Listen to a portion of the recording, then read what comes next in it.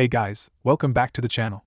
This is a story about what if Naruto has shinobi god level jutsu. Before I start, please support for more amazing content, and do consider subscribing to my channel and share this video with your friends. This is written by Valor of the Twilight Lord and link in description and support writer. Let's start the video. Annoyed with how often the teachers were throwing him out of class, Naruto muttered, "Fine, if you don't want to teach me then I'll have to learn this stuff on my own, and if you don't want to teach me techniques then I'll come up with my own." Sneaking into the store hadn't been difficult because it was owned and run by a civilian who was too cheap to hire someone to help secure it from people breaking in.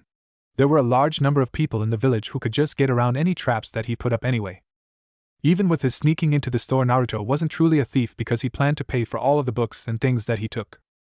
Looking in the book section, Naruto knew that even though the scrolls for several common lower-level techniques were on sale in the store, that they were only able to be purchased by registered shinobi, and that if he took a copy of them, then he would get into major trouble even if he did pay for them.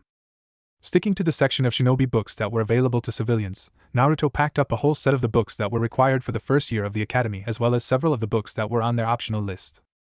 Running through the shinobi section, Naruto grabbed several of the scrolls that he knew shouldn't get him in trouble, such as the scroll that went more in depth on how each of the hand seals works, and how to use each one most efficiently in the jutsu that were generally available. A scroll of chakra control exercises and a basic camping jutsu scroll joined his stack from the registered shinobi section as well. Pulling out his toad-shaped wallet, he got out the required amount of money for the books that he took and placed it into the register. His wallet was much flatter than when he entered the store, but that was to be expected with him spending almost 2/3 of his savings on the books and scrolls. Bor wasn't one to normally observe Naruto, so earlier it had been a surprise to him to see Naruto sneaking into one of the civilian-run shinobi supply stores. Ever since the Uchiha clan had been destroyed by Itachi, Anbu had taken up most of the former duties that had been vacated so abruptly with all of the deaths. Currently they were taking up almost 3/4 of what the Uchiha military police once took care of, while they helped build a new police force that would at least take care of civilian-level crime. As he watched Naruto build up a number of books and scrolls on the counter, he was somewhat surprised that most of them came from the sections that anyone could purchase from. He did see Naruto going through the section that would normally be off-limits to anyone but a registered shinobi, but considering that the scrolls that he came out with weren't dangerous, and mostly just contained exercises or jutsu that weren't taught at the academy anymore, he decided to just let it pass for now. Seeing Naruto actually pay the correct amount for the books and scrolls was another shock for Bor, but he just shrugged and thought about how he had seen the blonde being thrown out of several stores before. As long as he was paying for it, then there wasn't really any reason to report it. As he watched Naruto sneak out of the store, he pulled out the paperwork that the shopkeeper was supposed to fill out whenever books like the blonde had bought. Quickly filling in the required fields, he took a moment to think about the shinobi ID number before grinning under his mask and putting in the number for a genin that he knew had died on a mission several days ago, along with changing the date on the paperwork to reflect that the scrolls had been bought several days before the start of the disastrous mission. Getting back to his rounds, he wondered just what Naruto was going to do with the materials that he had just bought. Not knowing that he had been watched almost the entire time he had been in the store, he made his way back to his apartment to look over his new books and scrolls. Starting on the books that he had already had, he noticed that his new copies were not only in better condition than the ones that he had bought before, but that the newer ones were larger than the ones that he had gotten when he entered the academy. He had always wondered why his books looked different than the other students in his class, but then again he just tried to ignore it before as well. Comparing the books, he was shocked to find that most of the material that he had been stumped about on the last test was in the new book that he had gotten when his old one didn't even speak of it. Looking closer at the older book, he noticed that it had a number of pages pulled out in such a way that unless you knew that they were missing, you would never notice the missing pages. Growling to himself, he looked over all of his other books and found that they all had the problem, and that if it was possible, the most important pages in the text were missing on his old books. Settling in for the weekend, he decided to read the newer copies of the books to find out about what he had been missing. By the time that Monday had rolled around, Naruto had read all of the books that were required for the first year of the academy, and finally understood the lectures that he had actually been allowed to sit through without being tossed out. Ever since he had started the academy, it had been frustrating with how much it seemed like he couldn't learn, that everyone else seemed to think was so easy. Now it all made sense, and the sensei at the academy had to be in on it for him to have missed so many important parts of the lessons. Thinking back to his promise from when he had been thrown out of class, he pulled all of the books and scrolls that he had that contained techniques in them, and after counting was disappointed that he only had about 30 techniques to start from, with most being E-rank techniques. Deciding to skip class for the day, he pulled out the hand signs and how they react in jutsu book and start figuring out how all of the hand signs made up the 30 techniques that he had. The next day he had worked out how the academy's 3 main techniques worked with the hand seals that they were used with, and while he couldn't perform any of them yet, they weren't taught for another several years anyway, so for now he was good on that. During the times that he had taken breaks from breaking down the jutsu, he thought about his plans and decided that he wouldn't show any new techniques that he developed to anyone if he could help it. Returning to the academy really cut down on his time to create his new techniques, but there were many areas of being a shinobi that he just didn't know about that weren't even mentioned in the books that were mentioned in the lectures that he had already been present for. He was going to hide his techniques and surprise everyone when he used them. He was lucky that day, as it was the one day a month that the whole academy turned out for, as they had a jonin come in and show off one of their more flashy techniques. "Welcome, students," the jonin in charge of the academy said as he gestured with his one good arm in welcome. "Today, as those of you who have been here more than 1 year know, we have one of the jonin with some downtime come in and show you all one of the techniques that you may learn in the future. Today we have been given the rare honor of Jonin Kakashi Hatake being in the village, and he has agreed to show off a technique that he recently learned for our benefit." With that, the jonin in charge of the academy left the small stage, and another man took his place dressed in the standard jonin uniform, and with his headband tilted to cover one of his eyes. Normally I try and stay away from this because I don't think that I should show off most of the techniques that I know, but for today someone that I know convinced me that this technique at the very least should be okay, Kakashi said as he left the stage and moved towards several large containers that had been placed on the academy grounds just for this purpose. Quickly performing the 28 hand signs for the technique, Kakashi called out, "Water style, water dragon jutsu." A large dragon made of water rose from the water in the containers and was sent flying toward the small wooded area of the academy training areas. Normally the students wouldn't have been able to see Kakashi's hand seals, however, as he had just recently learned the technique, and he was still quite slow when using it as he wasn't actively copying the motions from someone else. Naruto, who had been watching almost in awe as the jonin showed off the technique, and as he could see all of the hand signs that Kakashi had used for the technique, he memorized them so that maybe he could learn the technique later. "Ah, well, that was invigorating now, wasn't it?"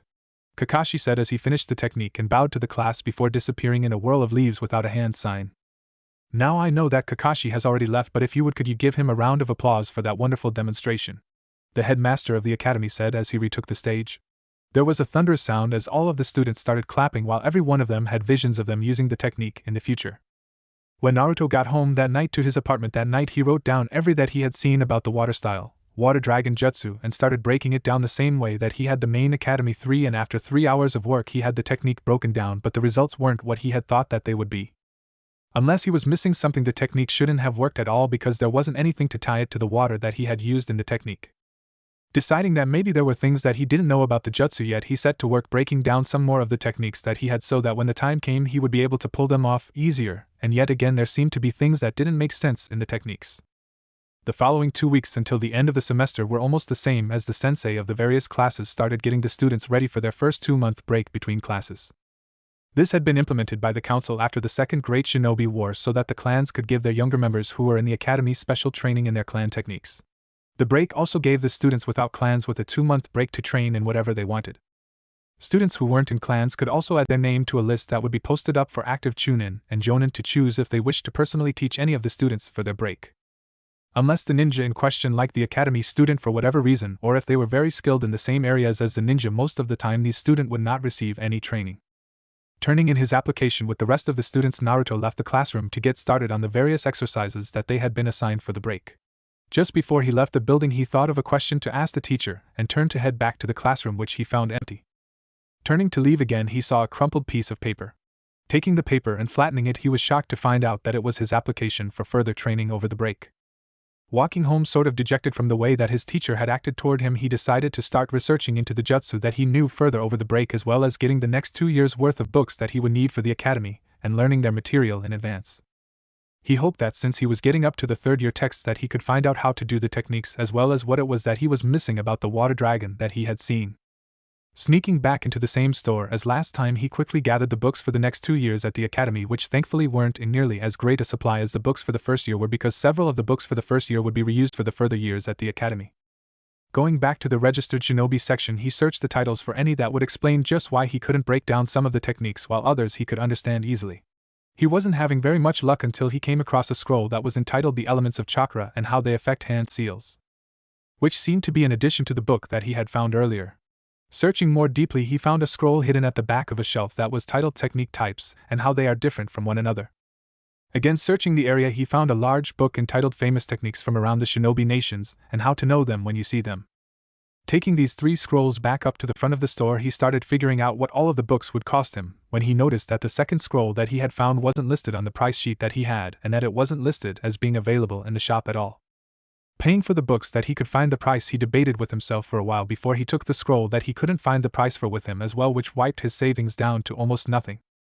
Other than the supplies that he got from the academy, and the supplies that he could make on his own, he wouldn't be able to buy any more for a while, but luckily tomorrow was the day that he got his monthly stipend. Kat saw Naruto entering the store and, curious as to what Naruto was going to do, and followed.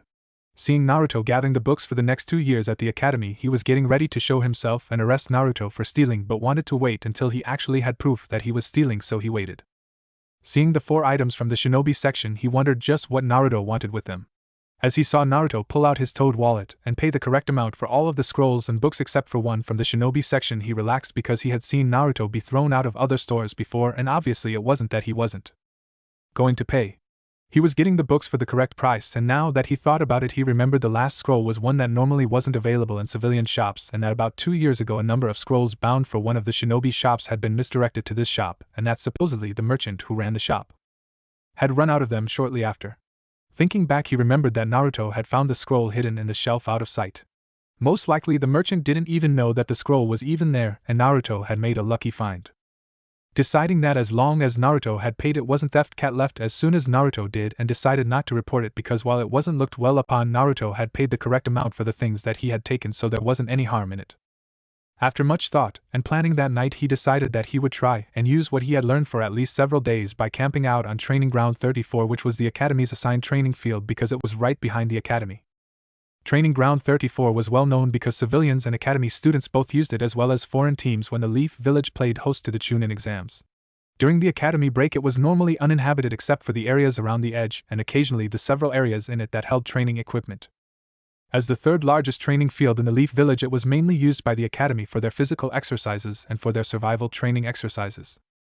Packing up the things that he thought that he would need for the camping that he was going to do, he put them in the bag that he normally used for the academy, and left to find a good spot to camp for several days. Finding a small clearing in the forest, he started to set up a small camp like they had been taught in the academy, and finding that he would need more supplies than what he had. Running back to the academy, Naruto quickly entered the shed in the back where they stored most of the equipment for the survival exercises and grabbed a tent, cooking tools, several canteens, and one of the basic trap sets. Never realizing that like all of his previous entries this one had been seen, he ran back to where he was setting up camp and finished setting up. Asuma Sarutobi was fresh back from the capital and freshly promoted to Jonin, and he was looking through the files of the next graduating class to see if there were any he would like to try and take as a team. Finding none, he was exiting the academy. He saw Naruto running off with the items that he had taken from the shed. As he had nothing better to do currently, he followed and watched as Naruto set up a small basic camp complete with small traps and snares to catch game. Watching for a little while, he saw Naruto gathering as many of the fruits and plants that were edible in the area as he could. Because Asuma knew that it was the start of break for the academy, he wasn't too worried but decided to tell his father where Naruto was before he could start worrying. Forming the ram hand seal, he disappeared in a swirl of leaves. Reappearing in another swirl of leaves, Asuma stood in front of the Kage Tower. Walking up the stairs, he waved to the receptionist who waved him through. Opening the office door, he saw his father working on the paperwork again and waited for him to finish with the document that he was working on. "Asuma, what brings you here this morning?" Hiruzen said as he finally looked up from the paperwork. "Did you find any prospects in the next graduating class?" "No, Pops," Asuma said as he took the chair directly across from his father. "But I did see something interesting as I was leaving the academy that you would probably want to know about." "Oh, and what would I find interesting?"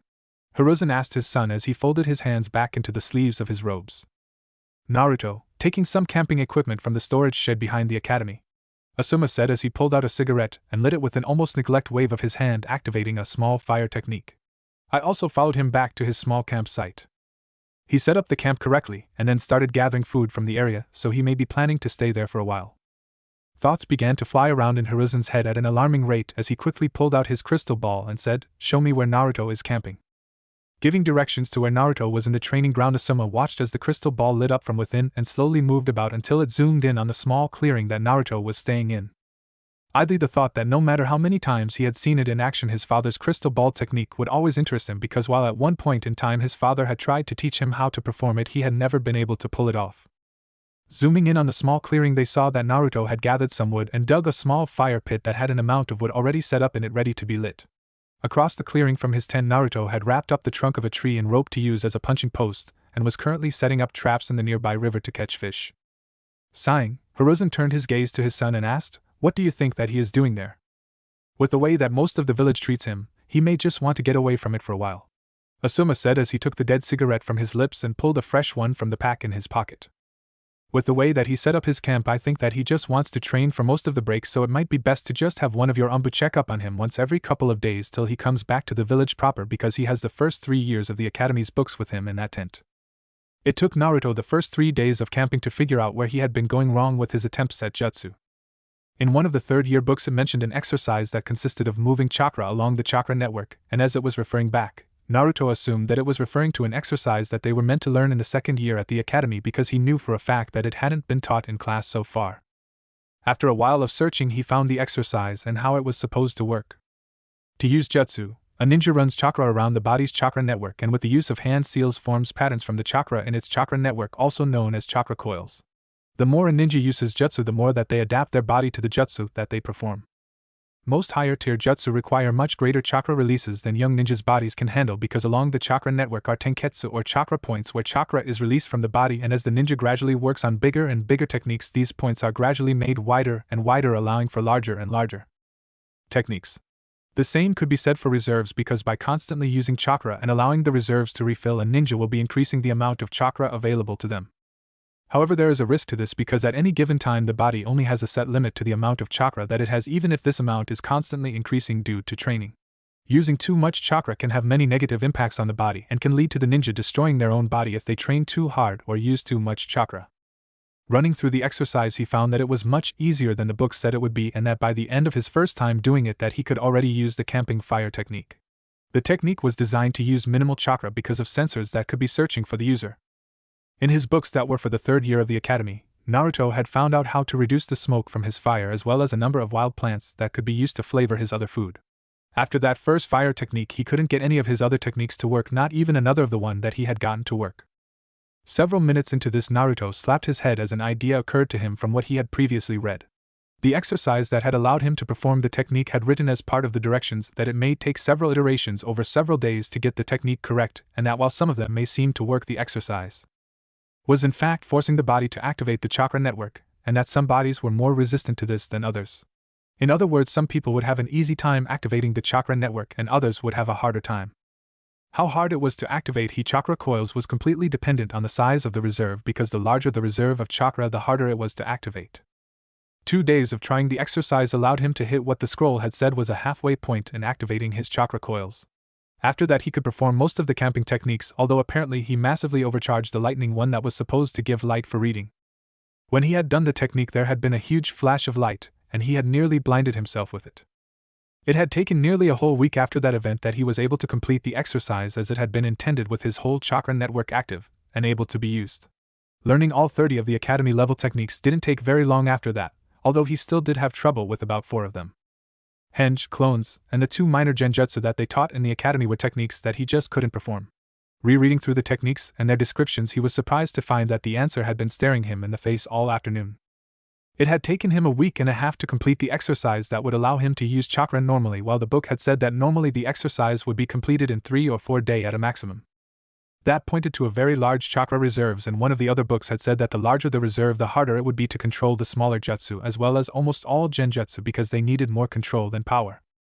With that problem solved, he pulled out the scroll that detailed the different chakra control exercises that he had gotten on his first trip to the bookstore. Seeing the first exercise was the leaf sticking exercise, he plucked a leaf from a nearby tree and began trying to hold it to his forehead with his chakra. After 30 minutes of failure with the exercise because the leaf kept blowing off because of too much chakra, Naruto decided to look at the next exercise in the scroll. The next exercise was called tree walking, and it went into an explanation on how it was possible and why it worked. Wasting no more time, Naruto started up the nearest tree and made it 3 steps before he was blown backwards into the ground. Several hours later, he was making fair progress up the tree, or at least not blowing off of it quite as badly as he had when he started. Another week passed with him working on the tree climbing exercise as well as studying the books that he had with him. He still wasn't very good at the exercise, but then again he was a third of the way up the tree before he would be blown off. He had read all of the books that he had with him at least once and forced himself to understand what was contained in them.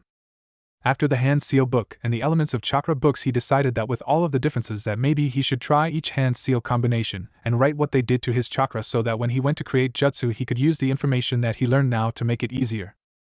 Taking a blank journal that he had gotten with all of the other books, he took the first 12 pages and wrote out the names for the 12 standard hand signs, and after consulting the scroll about them he wrote down everything that he knew about them in a simpler format. Forming each hand sign, he concentrated on the pattern that it formed in his chakra and what he thought it could do. From there he used another large part of the journal to record what he found out that the combinations of 2 or 3 hand seals did to his chakra. As he was starting on 4 hand seals, he found himself unwillingly creating techniques with the hand seal because at that point the chakra needed an outlet because he couldn't control the larger patterns that formed in his chakra. As soon as he used 4 seals, his body that wasn't ready for it caused him to spit out a huge mouthful of mud. Recording that on a scroll, he started back on chakra control. 2 weeks of playing around with his techniques in the morning and working on his chakra control in the afternoon led him to completing the tree walking exercise and coming back to the leaf floating exercise. Now better able to keep the flow of his chakra, he wasn't blowing the leaf off quite as often as he had before. Another gain was that his hand seal journal had much more filled in on each hand seal and how it worked from what his experimentation had revealed. Beyond that, he had also accidentally discovered another hand seal that wasn't present in any of his books or scrolls. When it had happened, he had been so surprised that he had released a burst of chakra into the hand seal and watched amazed as a small sapling in front of him suddenly burst upward to almost 3 times its starting height and started flowering. His amazement grew as the flowers fell and fruits grew in seconds. Picking one of the fruit that he recognized from his survival book as edible but not currently in season, he bit into the fruit and found it much richer than any of the other fruits that he had gathered from the forest. Taking a new journal, he had recorded it as well as how each of the 12 other hand seals that he had known before affected it.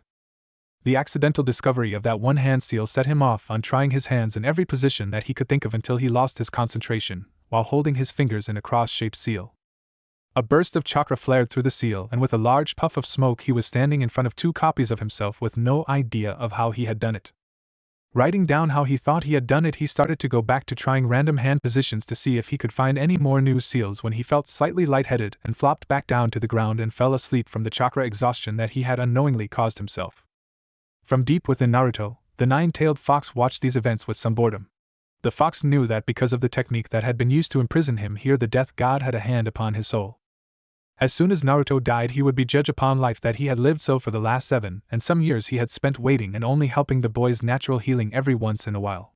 He had also heightened 2 portions of Naruto's personality that he thought would make his imprisonment at least more enjoyable. Oddly enough, his love of pranking people and his large appetite were genetic, and Kyubi had increased both only to ram his head against the bars of his cage in annoyance when he saw that he had unknowingly increased the genetic ramen addiction that his former container had also had, much to his annoyance. But for now he was running through his favorite memories from the past, both his own as well as his previous containers. He really hoped that Naruto would learn the art of the prank soon, because there were only so many times that he could run through his memories before his bloodlust got the better of him. Although his new container was doing something interesting at least, and guiding his mind into accidentally recreating the shadow clone technique was very fun. Now if only he could guide Naruto to name it with its actual name, that would set up a situation later that would be amusing at least. Waking up the next morning, he ate more than 3 times what he normally ate, and thought back to the strange dreams that all seemed to revolve around 2 red-haired women pulling pranks at various ages. Getting back to his normal schedule, Naruto started through more random hand placements until he had run across several more that pulled his chakra into patterns. Thinking about the new patterns when he compared them to the 12 common hand seals patterns, he could only determine that the new hand seals that he was running across had weaker patterns. The weaker patterns were harder to sense when they were compared to the stronger patterns that belonged to the 12 basic hand seals. Finally running out of new ways to place his hands, he started back on the first hand seal that he had discovered. Naruto started adding the 12 basic hand seals to it, and watching the patterns form. Dutifully watching the patterns, he records what he thinks that they will do. Naruto came to the conclusion that while this hand seal might be connected to the wood style, anyone without the bloodline for it would just be generating growth in nearby plants, or that there might be something that he didn't know about it. Considering that his experimentation included causing fruit trees to grow as well as other edible plants, Naruto wasn't going to complain because his campsite had been rapidly moving toward being uninhabitable. He had cleared out most of the edibles readily available in the area, and on his last food gathering trip he had had to go quite a bit further than usual to get the food for the next several days. Moving on to the next hand seals, he continued experimenting with them in the morning and working on his chakra control in the afternoon. This process took up the next 2 weeks until he got to that odd cross-shaped hand seal and decided to experiment more on it. Channeling a fair amount of chakra through the seal, he was rewarded with a puff of smoke and a clone formed. The last 2 weeks were largely confined to working on his chakra control and working on the clone jutsu that he decided to call the shadow clone jutsu until he either thought of a better name, or when he found out another name for it. 2 days were left until the academy was due to start back and Naruto would start his second year there. Packing up his camp, Naruto was surprised that with all of the things that he had gathered he had more to carry than he could carry on his own. Creating 2 shadow clones, he sent one off to return the academy's property that he had borrowed while he and the other gathered his things to take back to his apartment, with the clone taking a different path than he was taking because of the possibility of being popped.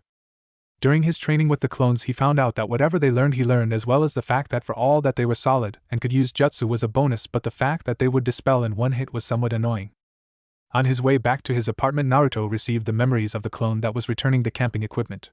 Opening the door, he found his apartment trashed and with new graffiti on the walls, and he was glad that he had gone camping over the break and that he had hidden all of his more important possessions that he didn't take with him. Resetting the traps around his apartment, Naruto started getting everything ready for his next year at the academy while mentally adding a book on basic seals when he could afford it.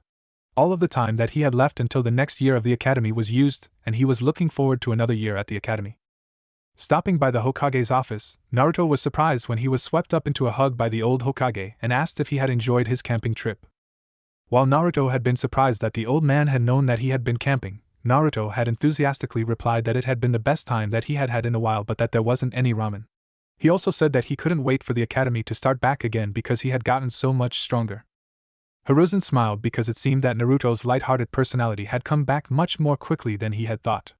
It seemed that all he had needed was to get away from the village for a little while to let all of the negative emotions that he had been holding in work themselves out. Mentally, he also decided that should Naruto wish to, he would be allowed to camp out for all of the remaining breaks between semesters in the academy, because with the way that Naruto's life had been going, it may very well help to allow him to disappear from the public eye for a while on those breaks. Yes, Naruto, that is all well and good.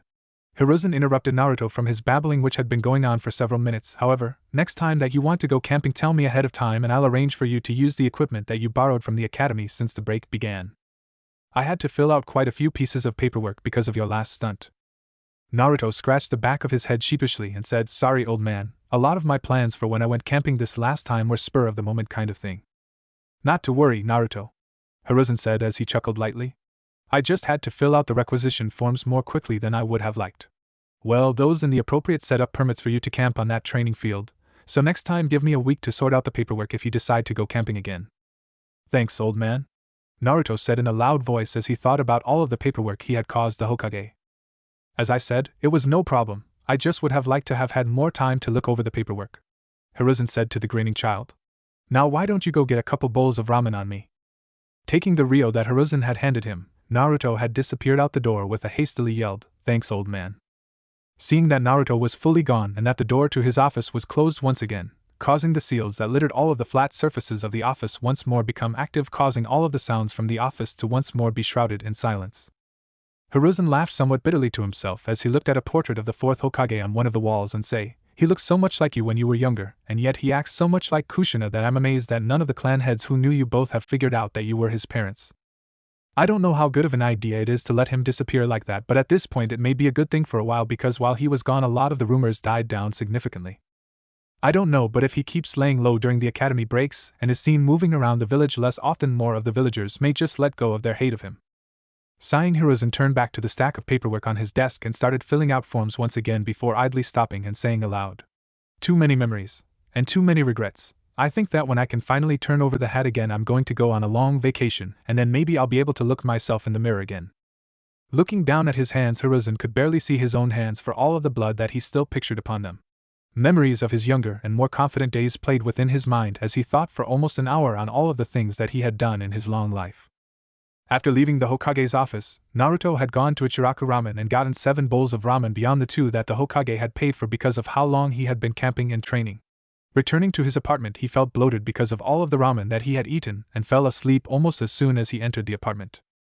Waking up early the next morning, Naruto got up and had a small meal of fruit that he had brought back with him from his training over the academy break.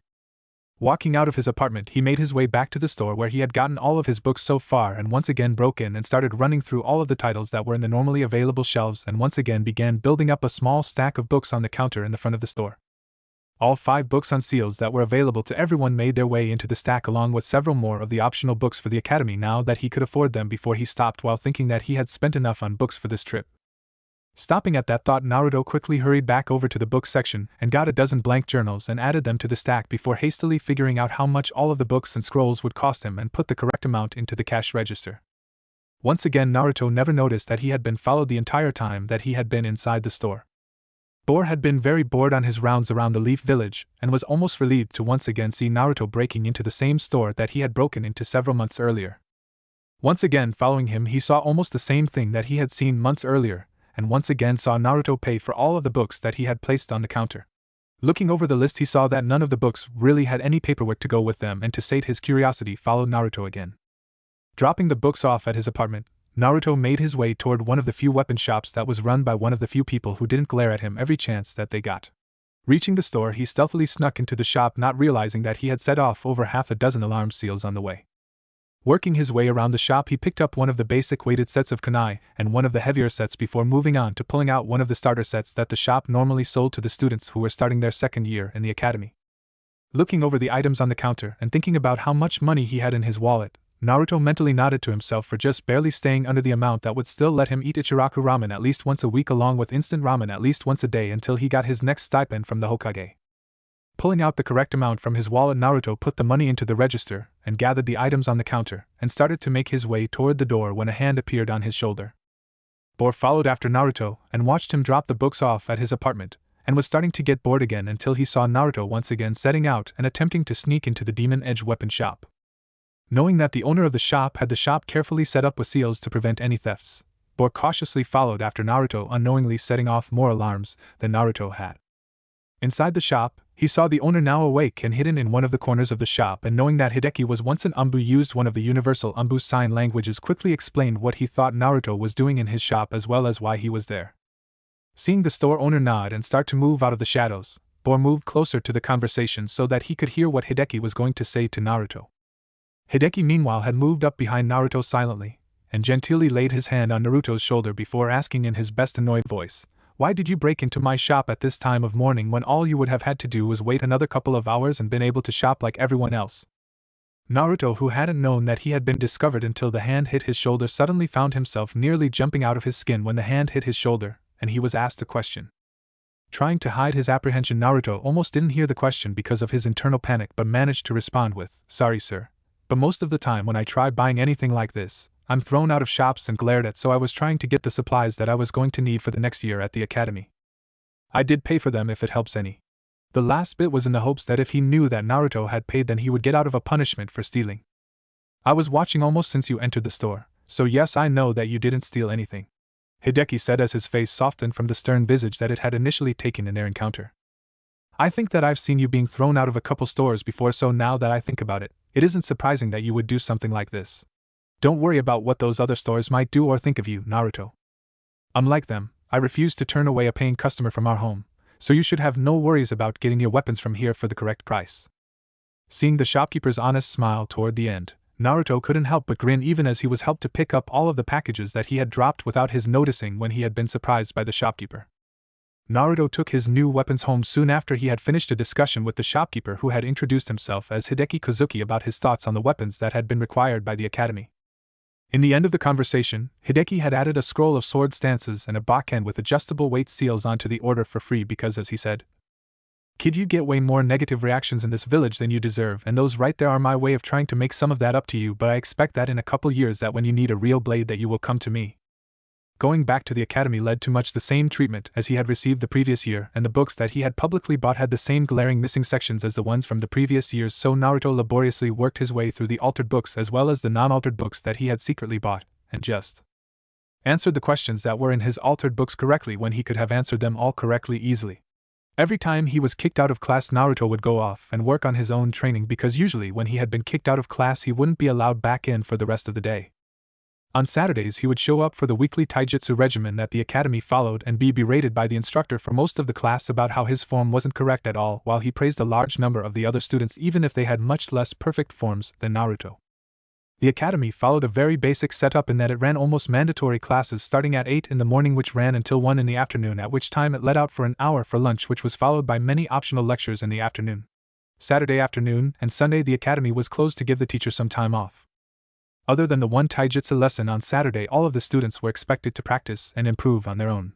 It was in fact another perk for those who were from a clan or got an older ninja to sponsor some of their learning. That was the way that Naruto spent his time at the academy for the first 2 months of his second year. However, outside of the academy, he was working very hard on his chakra control and running through the correct taijutsu forms. Every evening he would pull out the kenjutsu scroll that he had been given and go through the basic stretching exercises on it, with the bakken being progressively more weighted. He didn't work on the techniques very much except for running through all of the ones that he knew about once a week, ending with the ones that he just couldn't seem to get to work. That isn't to say, however, that he neglected to attempt to make new techniques at that time. It was just that he left that up to the groups of 5 shadow clones that he would make daily. He also dumped off his training in seals on his clones because of all of the things that could go wrong with it. When he had still been doing the sealing training himself, he had successfully made a very basic training seal that just made all of the chakra that was put into it into a progressively stronger light. One of the functions of the seal was that it could only take so much chakra, and it had almost promptly burned out on his first use after emitting a blinding flash of light. The seal was used to determine exactly how much chakra you were putting into the seals that you made, and the goal was to get just a tiny amount of light for an hour. After that mishap, he decided that it would be better if he just left the study to his clones until they mastered segments of the art. Then he could try them with the knowledge of how to do so. On the technique front, he had managed to modify 2 of the techniques with an added hand seal to their sequences. The Ember Spark technique was normally used to quickly start a small fire with minimal chakra expended, and when enough chakra was added, it could be used to start even wet wood burning. Naruto had taken the technique and made it able to extend over anything that he could hold in his hand. Of course, smaller objects that weren't flammable worked better with the technique. Kunai particularly worked well with the technique. The other technique that he had managed to modify was the water condensation technique, which took the moisture from nearby and condensed it into drinking water. The new technique would let him condense the water away from his body as opposed to the original, which had to happen right next to him. Other than those 2 successes, he had only managed to learn a huge number of ways to fail.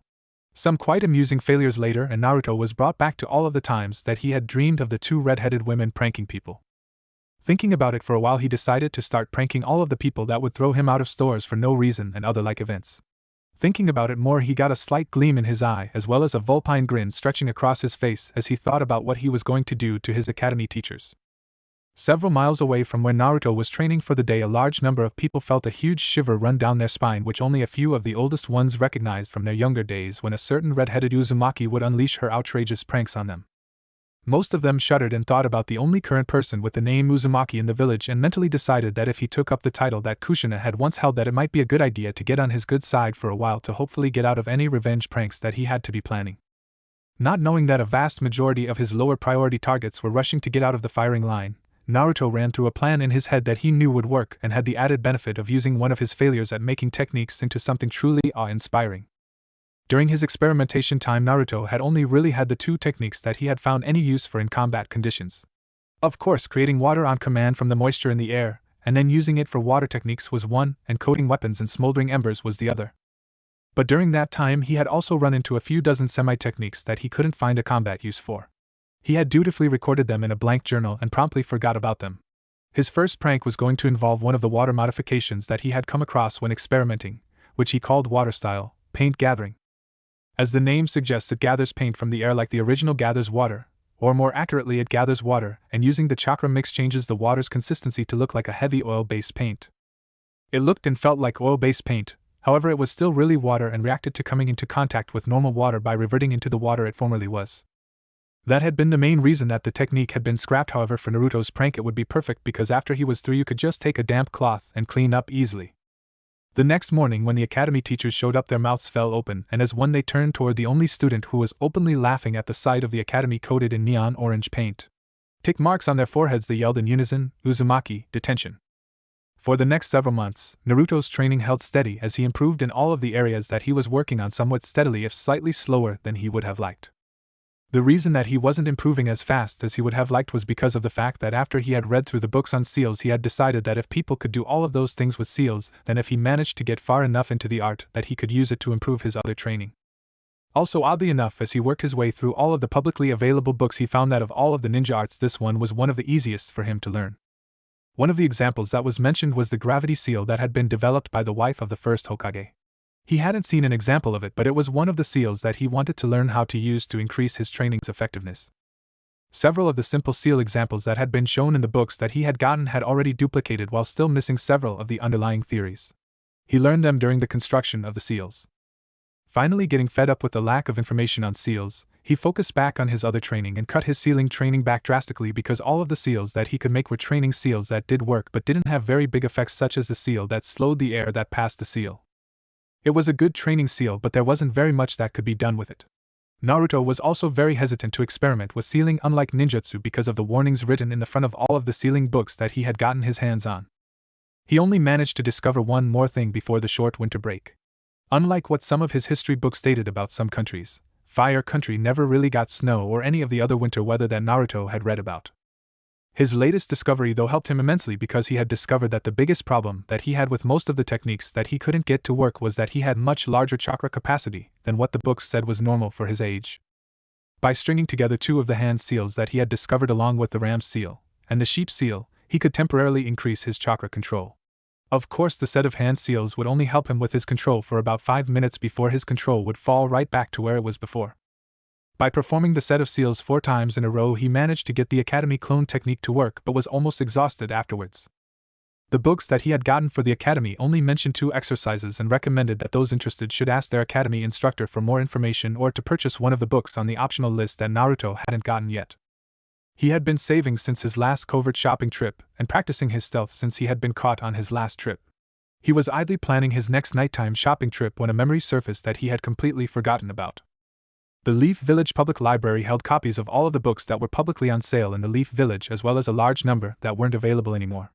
The memory was back in the beginning of his first academy year, and he had been acting as if he was asleep on the hope that the instructor wouldn't throw him out again.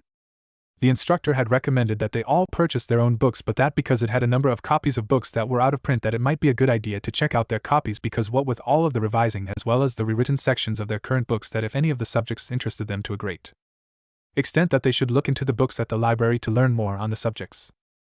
Comparing the price of the rest of the optional books for the Academy against the amount that he could afford to spend, Naruto nodded his head as he saw that he had enough to purchase them all, provided it was during a nighttime visit. Searching his memory as to why he had forgotten about the copies of old textbooks being kept at the public library, Naruto finally remembered that he had tried to get into the library several times when he had been younger, only to be tossed out by one of the 4 shifts of librarians who had said that they wouldn't allow someone like him to sully their precious books. He hadn't tried to go back since. Since the library was near the shop that Naruto was going to get some more of the optional books at that night, he decided to take a look around after he was done getting the books and dropping them back off at his apartment.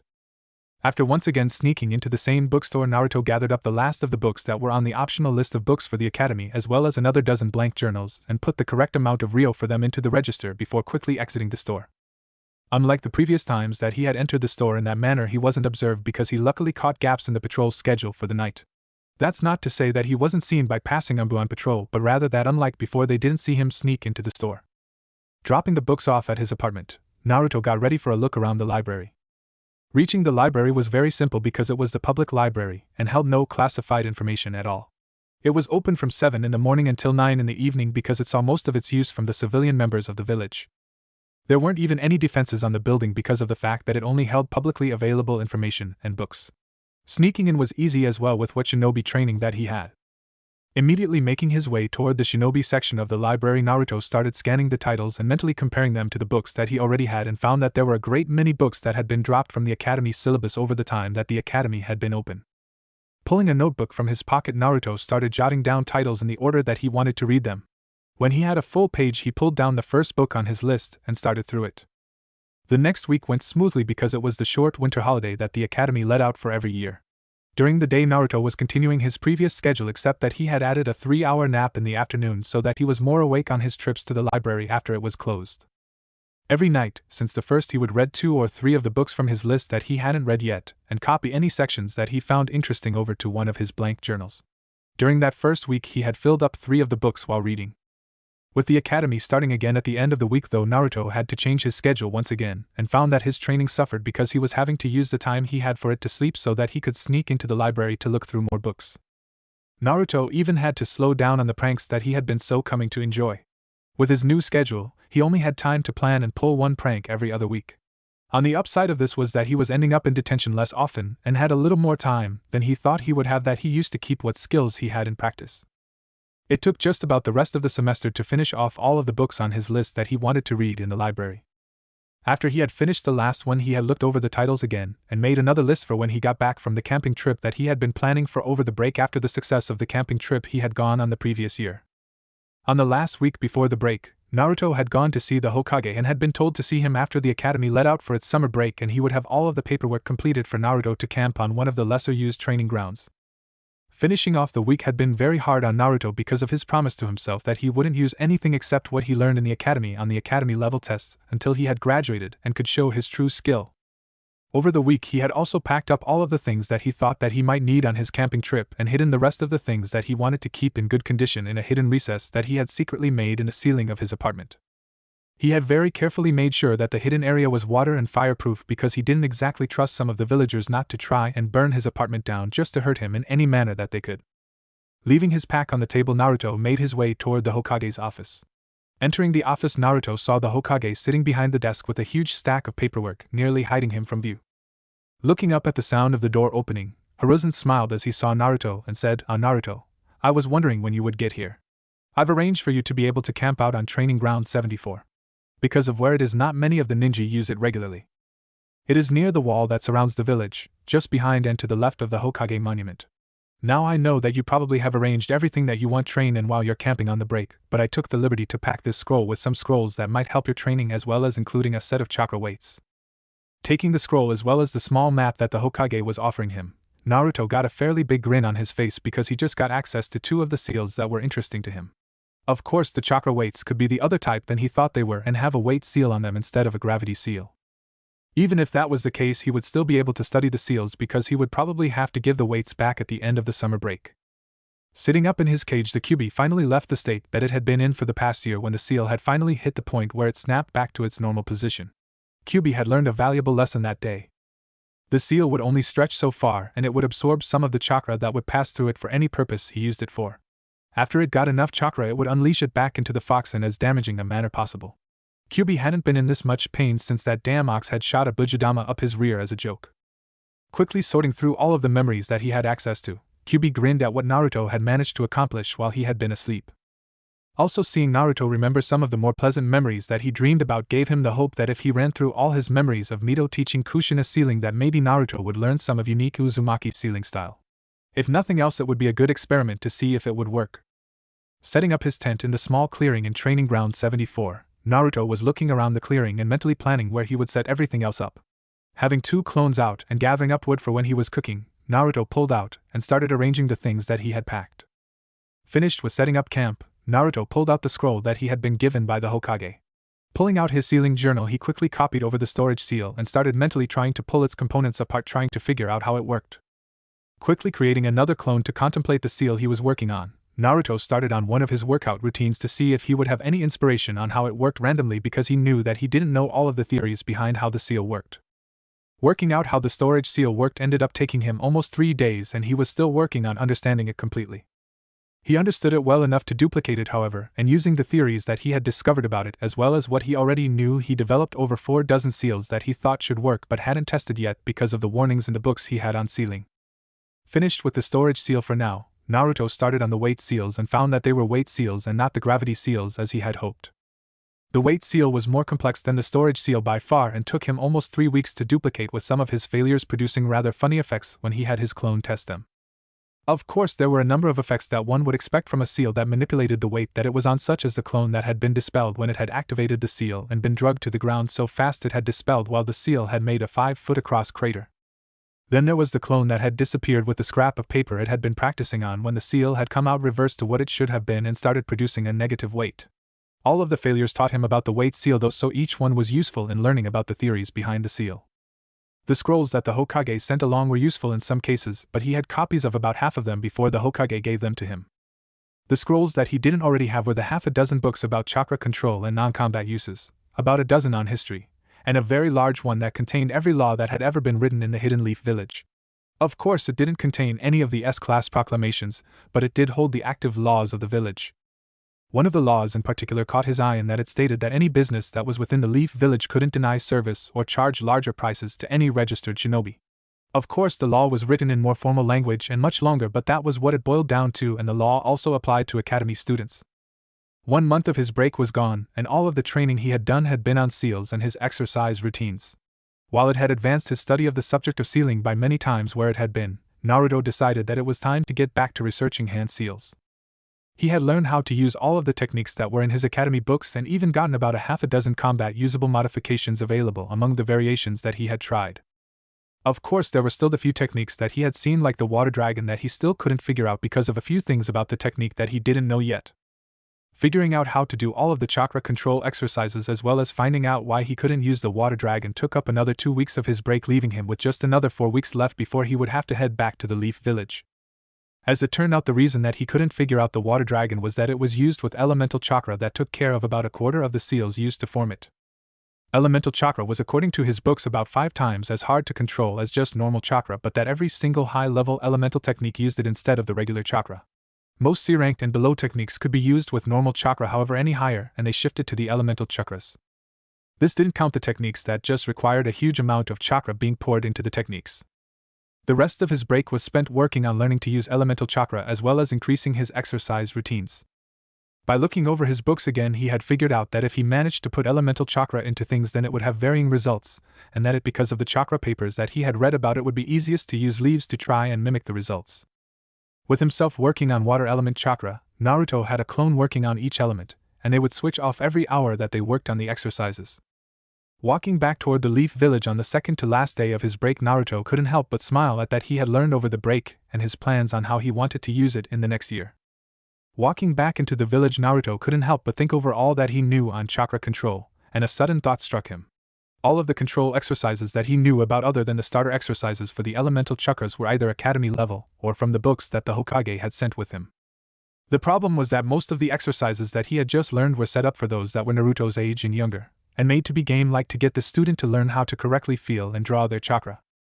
None of them increased his control by very much, and if what he felt was correct, his chakra pool was still growing, and what little control he had was slipping some. That settled it. He was going to need to find more advanced chakra control exercises, as well as probably invent his own. That one-hand seal sequence he had discovered would help, but it was going to take a lot more work to really improve on it without resorting to the crutch that he had discovered. Pulling the scroll that he had copied all of the chakra control exercises over, he figured that the only ones that might still help him were the leaf floating exercise and the light seal sealing exercise. With the leaf floating exercise, he could probably try and stick the leaf to other parts of his body as well as try and use heavier objects. For that matter, it might help if he used many different objects with different weights while constantly moving them around. Who knows, if he could keep objects stuck to his feet, maybe he could eventually move up to keeping himself stuck to walls and other vertical surfaces. Quickly he wrote his thoughts in a small journal. He had decided to keep up with them so when he had training ideas that he could write them down to get back to later. He was still contemplating giving journals to each group of training clones when they started training, because who knows when inspiration would strike. After dropping his stuff off at his apartment, which was in noticeably better condition than when he had gotten back to it the previous year, Naruto smiled because apparently the amount of hate for him in the village had dropped just a bit more. He might not know the reason for the hate, but he could just about see it there. If he wasn't seen around the village for a while longer, then maybe he could start to slip more into the background. Thinking about it, the first thing that came to mind was the transformation jutsu taught at the academy. But that wouldn't truly get him as far under the radar as he wanted, because it was just a genjutsu rather than a physical transformation. One of his books that was supplementary for the academy mentioned that physical transformation techniques would be a high B to a low S rank technique because of the difficulty involved in the transition, as well as the fact that each transformation would have to be understood from the inside out before it was even attempted. This was because of the fact that if you messed anything up, then there was the chance that you wouldn't be able to return to your original form before you died from the mistransformation. As to the technique itself, the scroll had mentioned that there were several reports of ninja from various countries mastering it. However, due to its difficulty, most who tried to use it died in the process of learning it. With that information in mind, Naruto decided that he would probably need a bit higher than medic level anatomy information before he jumped into trying to make a physical transformation on himself, but that wouldn't stop him from trying it on his shadow clones. So far, since the end of the first year of the academy, Naruto had invented just over 100 techniques. However, all of them except 4 or 5 of them had little to no combat application that he could think of. Then again, more than half of them were seals that he had invented by mixing and matching what he knew of other seals and the theories behind how they worked. Of course, that was a trial and error process, and he had to be careful about how much he experimented with them. Having clones do the experimenting was extremely helpful, because if he had done the experimenting himself, he wouldn't have lived past his third experiment with the storage scroll, which had swallowed up his clone and subjected it to an extremely unstable gravity well until it had finally popped, giving him memories of a bizarre bubble of space which had moved and wobbled in a nauseating display of otherworldly geometries. Getting to the Hokage's office made him drop his line of thinking as he smiled at Sarutobi behind the desk. He wasn't in the office for very long, and most of the conversation was over how well his last camping trip was. Naruto held a lot of things back about his self-training and really only admitted to putting a lot of time on training what his books recommended that he train on. Hiruzen, for his part, wasn't really fooled. He knew that Naruto hadn't told him everything that he had been working on because he had caught a few of Naruto's training sessions and had seen several of the jutsu Naruto had invented. To be honest, he had had to check the descriptions in his personal library to find out where Naruto had learned them, and had been surprised when he had found out that there wasn't any proof that any shinobi had ever used them before. Hiruzen just hoped that Naruto managed to become strong quickly enough, because he wasn't sure how much longer he could keep others' hands off of Naruto's inheritance. The last time any of it had disappeared, he had had to have Umbu, that he trusted with the secret of Naruto's heritage, track down all of the missing items. It had taken them almost 6 months to find it all. All of the jutsu scrolls were safely tucked away in the small cottage that Minato had owned that bordered on Training Ground 82, behind an almost impenetrable barrier that was Minato's own design. It would take a tremendous amount of force to break through the barrier of a property that everyone assumed belonged to Jiraiya after his student's passing. The more problematical things were the fact that a great number of items belonging to Minato and Kushina weren't behind that barrier but rather scattered on the other several properties that they had both owned in the Leaf Village. There had also been almost 30 attempts to drain both of their accounts in the largest branch of the Fire Country Bank. Both had kept a modest account at every branch of the bank, as most shinobi did when going on missions successively, so as to have funds constantly available. Unlike most other shinobi, however, they didn't keep their main account in the Leaf Village branch, but rather they kept it at the main branch in the capital because of the fact that both of them had reached over the limit for their accounts in the Leaf Village branch. Every single one of the clans in the Leaf Village had that same situation happen to them because they all were prosperous enough that it could affect the entire Fire Nation's economy if any of them were to remove their entire net worth from the banking system at once. The bypass of this was that the clans kept their main account in the main branch, while each clan member kept their personal account in the Leaf Village branch. Nearly all of Naruto's inheritance was frozen until he either became a jonin, or when he hit 16. Currently Naruto was getting nearly double the usual orphan's allowance because Hiruzen had set it up so that Naruto would get an equal amount to the allowance from his parents' accounts every time he got an amount. Thinking back, Hiruzen was surprised that it had been almost a year and a half since he had last checked Naruto's inheritance. Luckily, there was a meeting that he could attend in the capital in just a couple of weeks that would allow him to double-check the books on the inheritance while he was there. Maybe while he was gone he should assign Jiraiya to inspect the various seals around the village and make sure that they were still in good working order. That way he could also pass the emergency powers over to Jiraiya and Chakra while he was gone. Of those who knew of Naruto's heritage, the accountant in charge of the accounts was one as was the Fire Lord, because Hiruzen didn't want there to be any possibility of someone else making off with Naruto's inheritance. The citizens of the Leaf Village already treated him like garbage and tried to hurt him in any manner that they thought that they could get away with. Hiruzen was always particularly harsh with those who tried to physically hurt him because it was much easier to prove what they had done than those who had tried to do things to him mentally. With a heavy sigh, Hiruzen cut off that line of thinking and returned to his paperwork while idly planning out his mini-vacation to the capital. Naruto, for his part, after the meeting with the Hokage was over, made his way toward one of the few stores that didn't overcharge him in the village, and purchased a great number of things that he wanted to try with the fruits and vegetables that he had brought back with him from vacation. The previous year, when he had run out after his vacation, he had made his way to Training Ground number 12, which was the closest to his apartment, and went into one of the more secluded clearings and started making the clearing larger and turning it into his own private garden of sorts. After every one of his sessions he only left turned earth and the large fruit trees that he had grown. In the time since then, only one other person had seen the garden when Naruto had grown himself more food easily with his plant growth technique. It had been about the middle of the previous year that Hinata Hyuga had started to stalk Naruto in earnest and would sneak off for anywhere from 5 minutes to an hour from the Hyuga that was supposed to be escorting her. Even with his improved awareness from training, he still had yet to notice her. Most of the things that Naruto bought at the store were from the meat and the spice sections because he already got most of the other things that he needed in his diet from what he grew on his own. Besides, all of the things that he grew were much more appealing than the items of the same variety that the store sold. Most, if not all, of the recipes that Naruto knew came from a very slim volume that not even the most dedicated of villagers bothered in his apartment because it was a very common book. The book was titled 10 Easy Meals That Every Bachelor Should Be Able to Make. 90% of the population of the Leaf Village had the book in their kitchens, so it wasn't an uncommon book. So most of them overlooked it because they were more focused on wrecking the place than on what he was eating. Besides, it was a well-known fact that he almost completely subsisted off of ramen. If any of the villagers had ever looked inside of the cover, they would have wondered why the demon brat had a cookbook that had once belonged to Minato Namikaze. The reason he had the book was that shortly after he got his apartment from the Sandame, and had stated his dream about being Hokage, Hiruzen had given him the book, saying that it was a very common book, but that he had seen the fourth Hokage making and eating the very recipes from the book that he gave Naruto. Until he got his unaltered academy books, Naruto just hadn't cared so long as he managed to keep himself fed on his allowance. The third Hokage made his trip toward the capital with a sigh while thinking that this was just what he needed to get a good break in his routine. His paperwork had seemed to be getting denser and denser over the past several months, so he had to cut back on the few training sessions that he still put into keeping his skills somewhat sharp.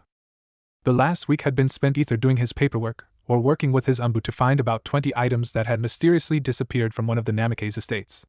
All that he had left to do was check the main records at the bank, and then he could enjoy his few days away from the paperwork before it tried to devour him again.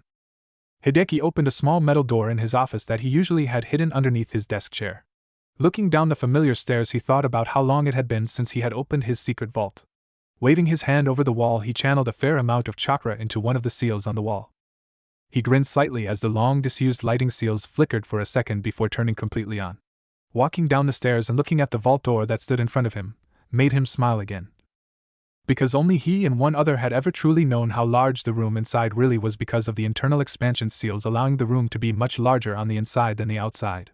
Cutting his hand as he channeled his chakra, he placed his hand in a small circle on the door, and with a loud clicking sound the door opened. Entering the vault, he looked at the side of the vault directly across from him and smiled, as he looked at the library's worth of scrolls that it housed. An entire copy of the Uzumaki library, he said with a sigh as he thought about what he was about to do. On a table in front of the scrolls was a sword that lay in almost 30 pieces.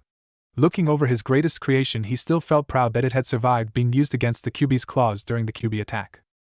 Kushina had been an expert swordswoman, and he hadn't had any regrets on giving Naruto a practice blade and the first scroll on the style that his mother favored in combat. The library in front of him had been Kushina's way of making sure that her family's knowledge survived longer than she did in case something unfortunate happened. Her precautions had been well warranted in Hideki's mind, especially after what had happened to her on the night of Naruto's birth. Picking up one of the scrolls that sat on the small shelf next to the door, he looked back at the library and wondered what would have happened if she had lived past the first few hours after Naruto's birth. Stepping out of the vault, he closed the door with a sigh as he wondered when the next time that he would go into it would be. When Kushina had asked him to look after the copy of her family's library, she had made copies of several scrolls and told him that they were his just in case any of his children wanted to become shinobi. Unfortunately, even though Tenten was an academy student, he didn't think that she was ready for what was in those scrolls. Reaching his thinking room, he slowly unrolled the scroll he had taken from the vault. Looking on the semi-familiar plans for a small number of swords, his mouth started to involuntarily twist into a smile. Kushina had helped him come up with these designs more than 15 years previously, and since her death he had locked them away. If what he had seen was correct, Naruto was teaching himself seals, and if that were true, then maybe he could make some more of these blades once again. The academy had finally started in on actually using chakra, unlike the past 2 years when it focused on teaching about what chakra was during the first year and on how to unlock and manipulate it during the second year. Of course, that was an oversimplification because of all of the other subjects and demonstrations that were taught at the academy, but until the third year of the curriculum, 3/4 of the classes taught at the academy were theory-based lectures about what would be expected of them when and if they became shinobi.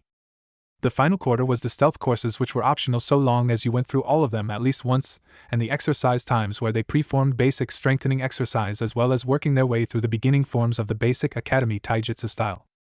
That was what was taught in the first 2 years, along with a number of optional lectures that could be attended by students in any grade. The third year, however, scaled back on the theory and instead started focusing in on applying it along with increasing their skills. The third year also started having the students physically compete with each other in a number of ways, with the most prominent being the taijutsu, sparing all the students in the class were expected to perform their best on. The third year at the academy was also the first cut year. By the end of the year, every student was expected to be able to pull off some sort of effect with their chakra, even if it wasn't the main jutsu that the academy focused on. Third year at the academy focused on the clone jutsu, the fourth year focused on the transformation, and the fifth and final year focused on the replacement jutsu. A student the previous year named Rock Lee had barely managed to pass the year when he had managed to project a small amount of raw chakra that was just barely visible. Of the 3 jutsu, Naruto could only manage the replacement jutsu about half the time because of his lack of control. And of the other 2 techniques, he could only manage to pull them off correctly when he cheated by using several seals that he had designed to help him regulate the amount of chakra he put into the technique, or if he used the hand seal sequence that he had discovered several times in a row before attempting the technique. Looking over the altered books that he had once again purchased, Naruto was amazed that whoever was doing this had managed to get him books that were almost useless 3 years in a row because he had publicly bought them in 3 different stores, and yet again the books were missing pages and other pages were horribly altered with their information more likely to kill him than save his life. Luckily, none of the shopkeepers had discovered his nighttime visits except Hideki, and unlike most of the village, he actually seemed to like Naruto. There might have been others, but as he only bought what he couldn't get for himself, he wouldn't know. Most of the other restaurants in the village that he had been to except Ichiraku's treated him the same as the stores. Figuring out the hand signs for the transformation technique wasn't very hard because he had actually run across them during one of his clones experimenting with techniques that used 2 of the hand seals that he had run across earlier, when placed into the hand sign sequence for the transformation. It worked, and he could see that it worked. However, he would need to continue reading up on anatomy because every time he had a clone try the jutsu, it would die from getting the technique wrong. Fortunately, every time he made a mistake, he could feel in his clone's memories where he was going wrong with the technique, by which area had hurt the most. The technique also had the advantage in that it required a great deal less control because he wasn't having to constantly sync the illusion with the surroundings, and in that it used nearly 4 times the amount of chakra that the replacement jutsu required. When the chakra required got into those amounts, it was finally easier for him to produce and expel the correct amount rather than badly overload the technique. On his study of anatomy, he had already read and understood about a dozen books on human anatomy, 3 on canine anatomy, 2 on feline anatomy, and 1 on the anatomy of fish, which had been misshelved in the library. At this point, he knew enough of the basics to use the technique, but there were 2 real stopping points for him before he would try it on himself. The first was that his clones still damaged themselves out of existence whenever they used it, while the other was that on the few he did get it to work for a few minutes, the technique didn't dispel because it was a true transformation. The first obstacle could be overcome with enough training, while the second would require a specialized dispelling technique because the original didn't work on a true transformation.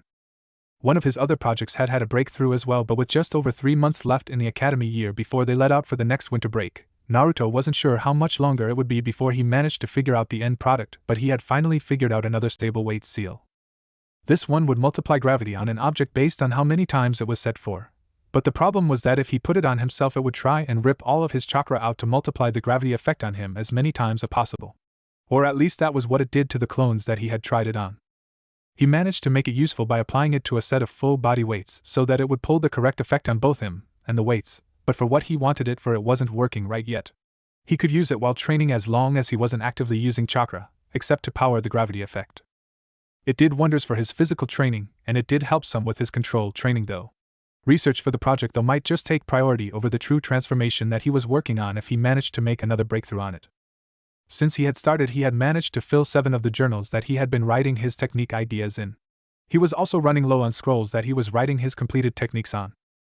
One of his idle ideas was to get several scrolls the size of the Forbidden Scroll and transfer all of his finished techniques to them, but scrolls of that size weren't on sale at any of the shops in the village. In fact, the only place he would be able to get scrolls that size would be in the tower in the one storage room where they kept spares. Since he had gotten back from his summer camping trip, he had slept through most of the lectures and continued working on his tests and assignments with answers that he was awake for in class, as well as those from his altered books. Other than that, he had been training as hard as he could with just enough presence in the village to let them know that he was still there but keeping out of the way. The villagers couldn't hold a grudge forever, and with his diminished presence in the village, most of the villagers didn't really hate him anymore.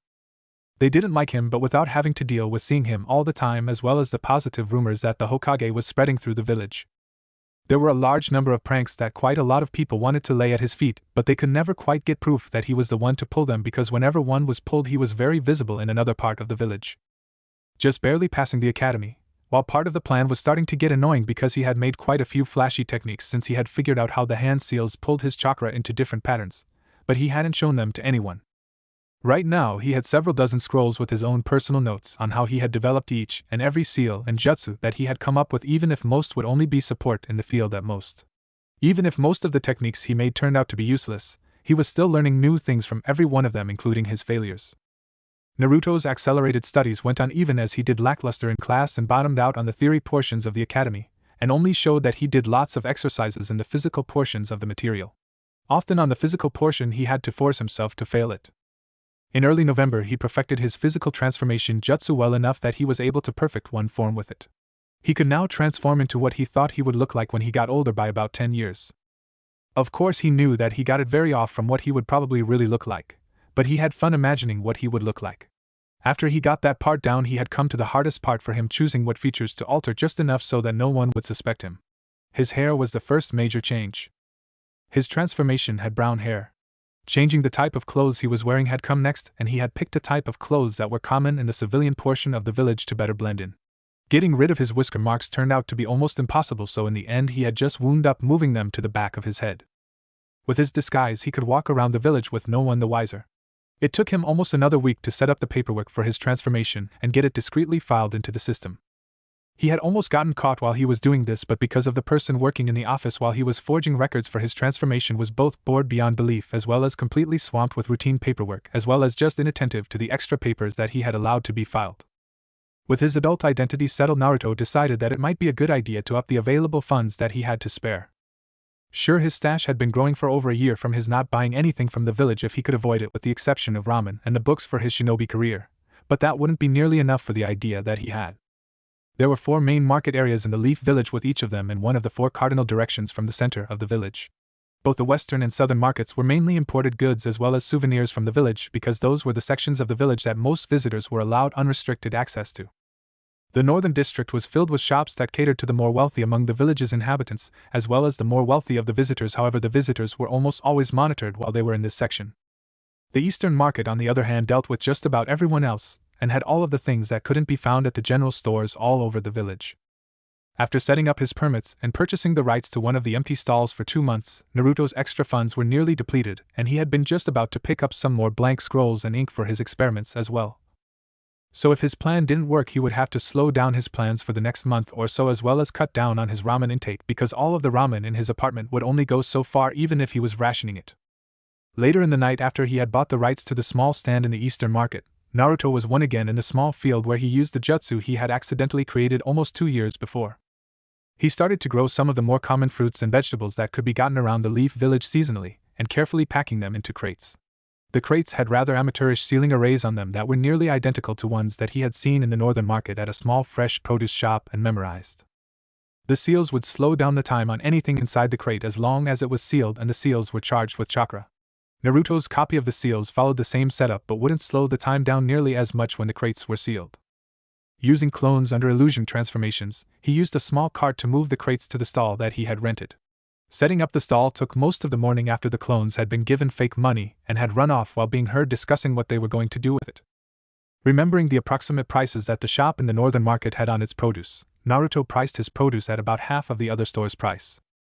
He probably could have priced it higher, but as he had put on his sign, he was just opening for the first time and needed to make a quick profit to make up for the expense of opening the stall. Most of the morning, people on their shopping trips would idly look at his shop and whisper about it with those that they had come with. When he had removed the sign that said that he was still setting up for the day and to try again later in the day, his stall was immediately shut down, while several umbu ran over the stall and produced for anything out of the ordinary. Finding nothing wrong with the food, they let him open back up, and this time as people would pass they would look at some of the samples that he had laid out on the counter. By the end of the day he had to raise his prices to just above 3/4 of the price of the other produce store, and more than half his stock was gone. By the end of the day he came out with more than 30 times what he had spent on the project. Boxing up his products, as well as locking down the stall, he went back to his apartment for the night. The next morning when he got to his stall, he found several wealthy merchants standing in front of his stall ordering several men in more normal clothes to confiscate the inventory of the stall. Tapping the closest merchant on the shoulder, Naruto asked, "What are you doing?" Annoyed, the merchant turned around and found himself standing in front of the person who had opened the stand and in an arrogant voice said, "Confiscating your inventory because you have not yet registered with the village's Merchants Association." "And why do I need to register with the Merchants Association?" Naruto asked as he mentally ran through all of the laws that he had found in the village that would apply in his stand's case. "Because we are the group that collects and turns in the taxes to the fire daimyo's court in the Leaf Village," the somewhat portly man said with the level of arrogance in his voice rising the longer he spoke. "You do realize that in the village's charter, which was signed by both the first Hokage and the fire daimyo, it stated that outside of times of war, all taxes from the Leaf Village are supposed to be collected by the Hokage's office and moved on from there, right?" Naruto said as he remembered that that was one of the clauses that had never been amended because it eased the amount of work that the Fire Lord's accountants had to go through. With his face reddening in rage, the merchant said heatedly, "The Merchants Association has been collecting the taxes on merchants' goods and wares for the last 10 years when it was introduced and signed into law. Looking at the man with a fair amount of irritation, Naruto replied, "The village's charter has many clauses and subclauses, but near the beginning of the document it has an absolute in it, and that to change any on the things that it affects in the village's law system you have to have both the current Hokage and the fire daimyo's signature on the bill. That changes it, otherwise it is considered as treason." The merchant's face paled some as he said, "Be that as it may, the current system is to pay the Merchants Association, then we send the taxes on." Four Anbu dropped to the street from the rooftops, with one of them carrying a man that Naruto recognized as one of the accountants from the Hokage's tower. Setting the accountant down, the Anbu moved to guard the stall. Taking a minute to catch his breath because he wasn't used to getting rides from the Anbu, and as soon as his breathing calmed down, the accountant said while pointing at Naruto's transformed form, "You are Shin Natsumi?" "Yes," Naruto said while wondering what was going on. There shouldn't have been anything that an accountant from the tower wanted from him, right? Smiling, the accountant said, "Then I have to thank you for correctly bringing your profit margin to us yesterday evening." "Why?" Naruto asked as he tried to figure out why he was being thanked for following the laws that related to a business like the one that he was running. "When you brought in your profit margin yesterday and mentioned to the accountant that you turned it in, and just why you were turning it in, it started a massive check on the laws that govern the business in the Leaf Village," the accountant said with a slight smile on his face. "You see, when the fourth Hokage was invested into office, there was still a year until the Third Great Shinobi War ended. Because he was used to the wartime setup, he never questioned the setup never changing. The Merchants Association was established to help keep the economy going during the wartime setup, and as soon as the war was over, the Hokage's office was supposed to take those duties back over. However, because he didn't know about that, the fourth never changed control of the Merchants Consortium back to where it was supposed to be, and when the taxes returned to the normal setup, the Merchants Association, which by the way is a loose group of the most influential merchants in the Leaf Village, kept collecting the taxes from the Merchants Consortium, which every merchant, as long as they are selling something in the Leaf Village, is a member. However, exactly 1/4 of those funds are supposed to go to the village's funds to keep the village in good repairs, as well as to help pay the shinobi who perform border control." "Preposterous," the member of the Merchants Association said as he began to puff up in anger. "Those laws were changed by the council over 15 years ago." "You're wrong." Naruto's eyes widened as he realized exactly what had happened to the laws in question. "Those laws are part of an amendment to the village charter, and to change them you need both the signature of both the Hokage as well as the daimyo." "Exactly?" the accountant from the tower said as his smile widened noticeably. "At this very moment, every single member of the Merchants Association is being rounded up along with all of the former members who are still alive." Another Anbu dropped to the street and said in a low voice to the accountant, "Other than the one in front of you, every member of the Merchants Association is in custody."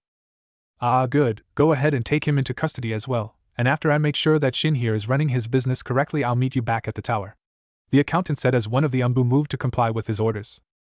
The next couple hours saw the accountant going over the fake books with Naruto, and telling him how wasteful his business plan had been, along with where he spent well over what he should have. Naruto, having deliberately gone for that impression when he was making the book yesterday, had smiled at him, and told him that right now he wasn't sure how long he would be running his business. However, right now he was just making sure that his business plan was able to work before he tried to make it make more profit. After the accountant left, Naruto looked over the true amount of profit that he had made the day before and wondered how long it would take him to build up the funds for what he was planning. Hiruzen was glaring at the small mound of paperwork that he still had left to complete, and wondered for the 10th time that hour if he would be able to get away with destroying it. It had been a hectic week since a new businessman had followed the correct procedures and had turned in his profit/expense report. None of the accountants knew just why he had turned it into them until they heard him mutter, "Annoying legal obligations during peacetime." The accountants had stumbled around and all over the laws of the village until they had hit on the main reason for why he had turned in his expense report to them. From there, it had been kicked up to his office and he had had to order a whole investigation on what had been going on. As it had turned out, when Minato had been installed as the 4th Hokage during the last year of the Third Great Ninja War, he had gone over and gotten used to running the village during its economic wartime setting, when a portion of the village's activities that are normally under the Ninja Council are given over to the Civilian Council and whomever they appoint to keep them running.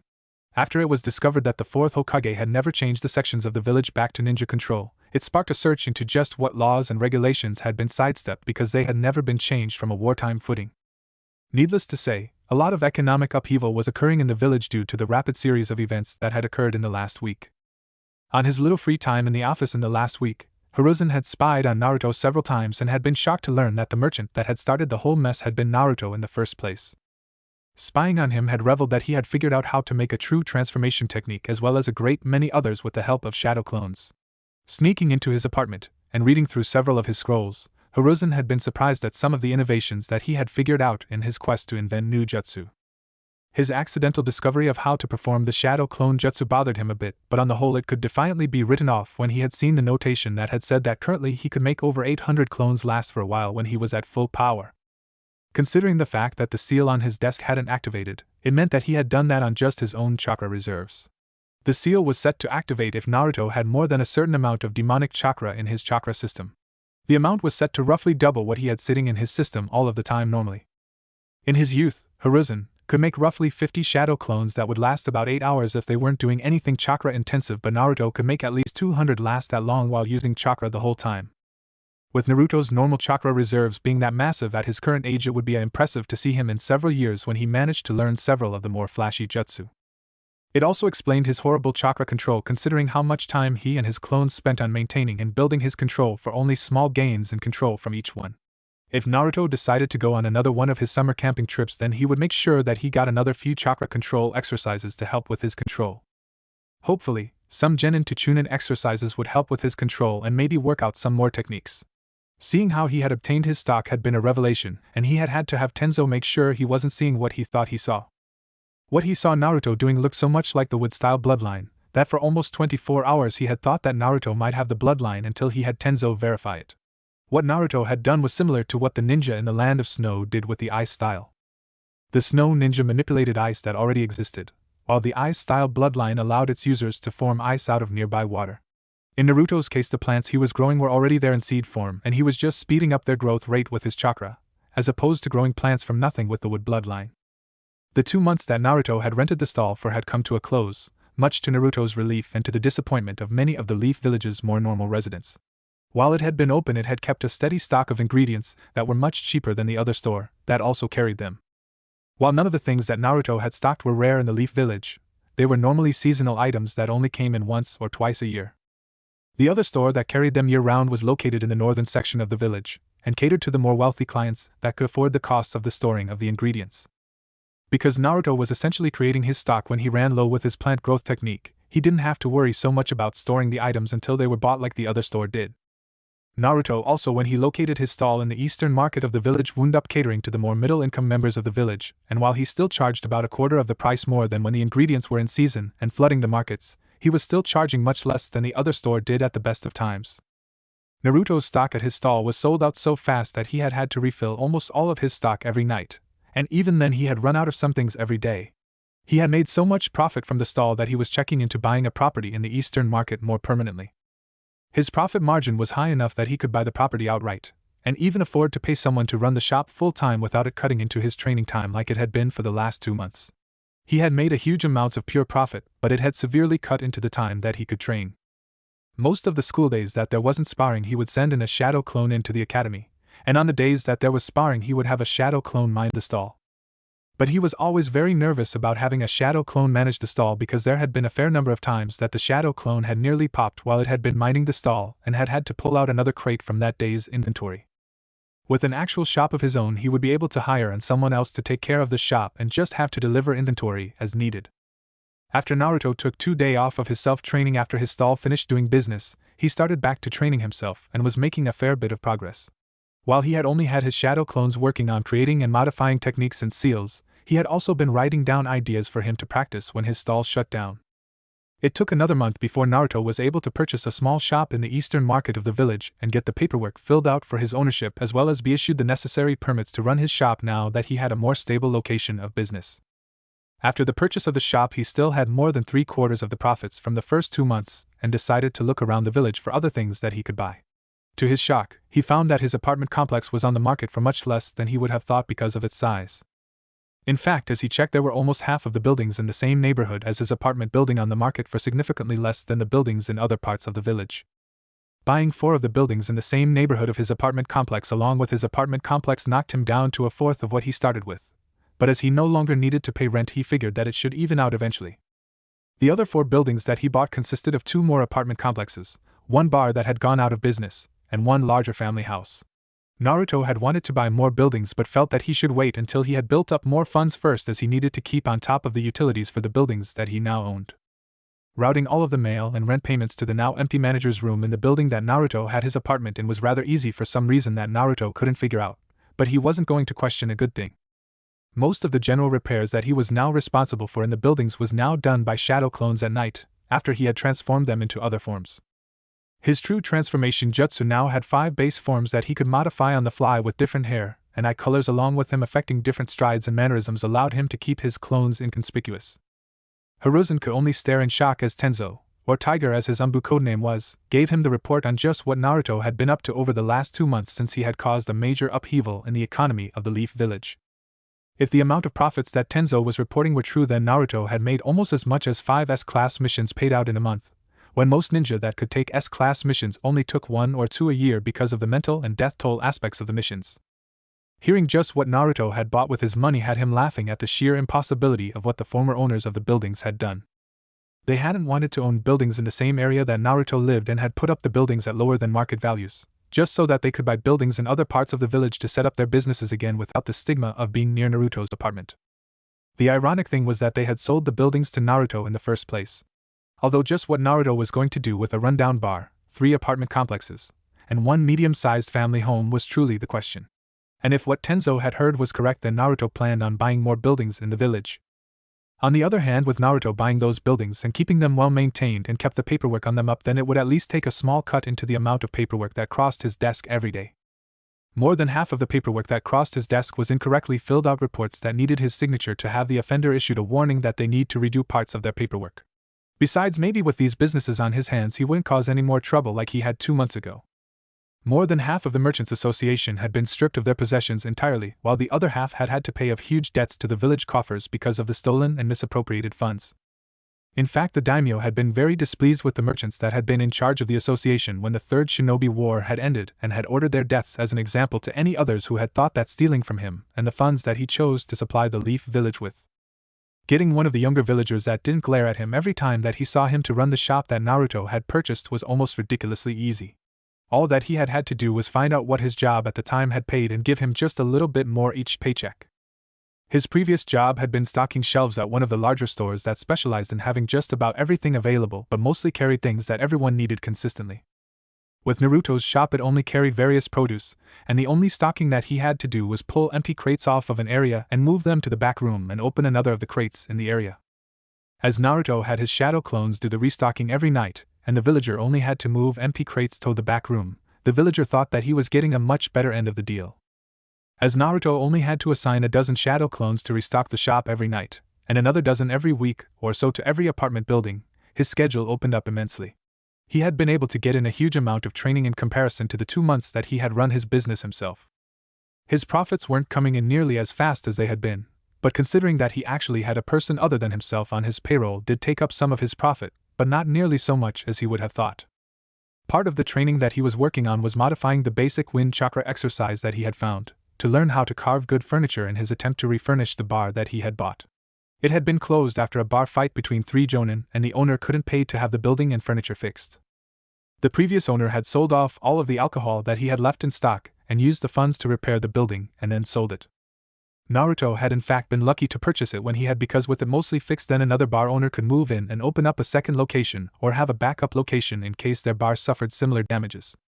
Most bars in the Leaf Village has layers of durability seals on almost everything in their establishments, and didn't have much to worry about in the damage department, but a fair number that dealt almost exclusively with the civilian population like the one that Naruto now owned didn't take that precaution. It took him 2 weeks to figure out how to carve furniture with wind chakra, and even then most of it wound up being reduced to kindling because of how bad he was at carving. Over the next 2 months his carving skills got good enough that when he actually opened the bar, he could just say that he bought cheaper furniture because of how the last owner had gone out of business. His research clones had also been going through the library searching for information on how alcohol was made.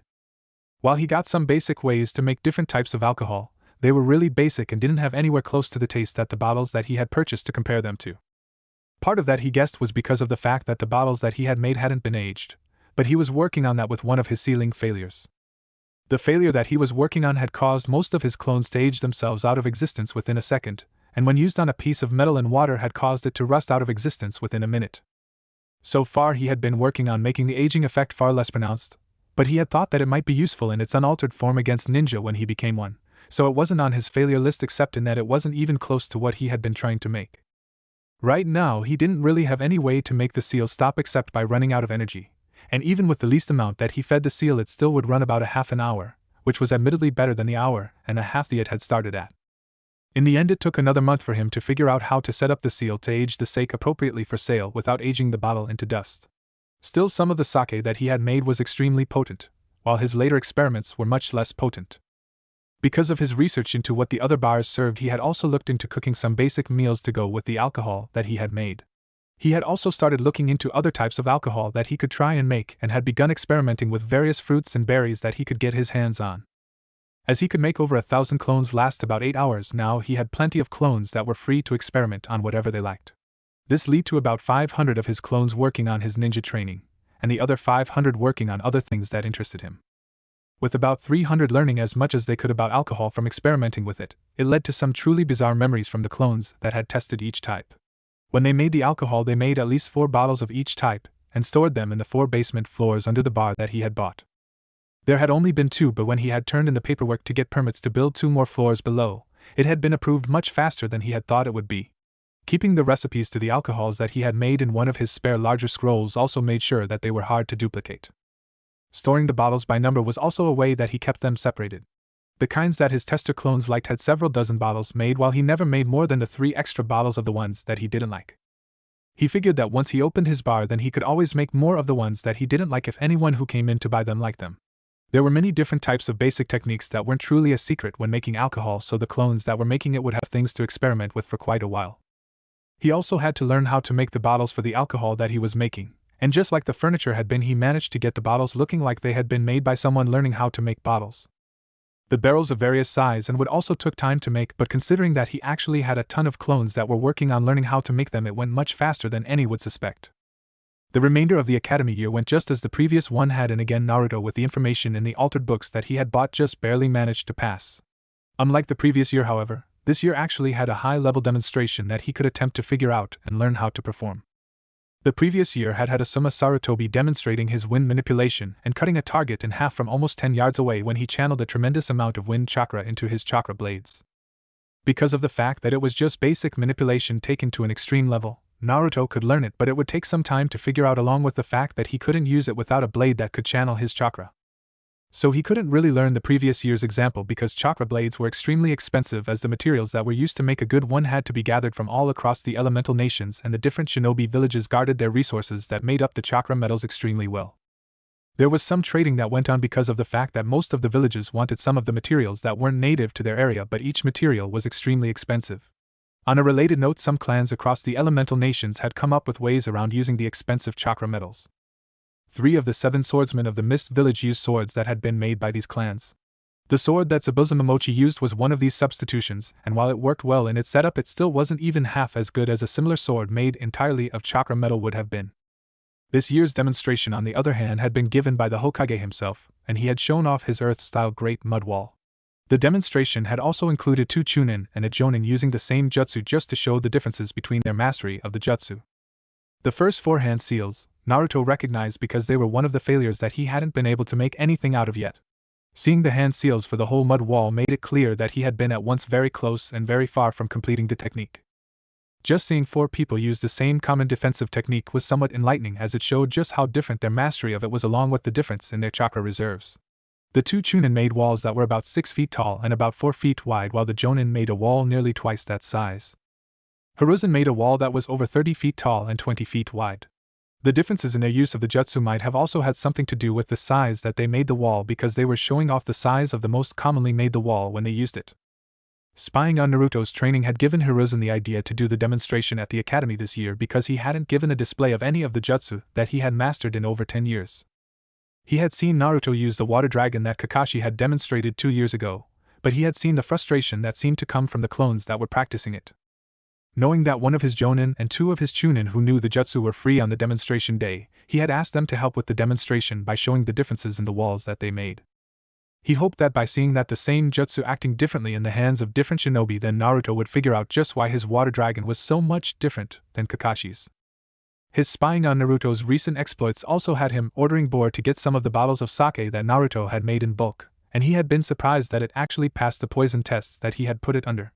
It actually was sake that was really potent. When Naruto actually opened his bar, Hiruzen was going to have to start getting his stash from there even if it was extremely potent. One of the bottles that Boar had stolen from one of the earlier batches was potent enough that 2 small shot glasses and he, the Hokage, was out like a light. He knew that if Tsunade had tried it then she could have finished about 6 glasses of the stuff because of her genetics and her medical training. It was perfect for a nightcap, however. Hiruzen was glad that the economy had settled down now that all of the correct laws were being followed by the merchants of the Leaf Village. He was also thankful that most of the other wartime measures had been returned to normal before he had taken back over, and that the few that hadn't had actually worked out well enough that the daimyo had decided not to punish those involved so long as they were more accountable and kept up the good work that they had been doing. Danzo was known as the War Hawk, and in truth he wouldn't deny the description that most applied to him. He had lived through the same 2 wars that Hiruzen had, and he had for a long time considered himself a rival of Hiruzen's. Just after the Kyuubi had attacked, he had tried to get the right to train Naruto to call upon the fearsome power that had been sealed within him, and been denied. He had later realized that it may have been for the best, as while he knew how the seal would react to his plans for training Naruto, he didn't know for sure, and he could have released the Kyuubi by accident in his attempt to get Naruto to control its power. He had been thoroughly disappointed in Naruto's performance in the academy until one of the spies that kept an eye on Naruto saw just how much the academy teachers were hindering his learning.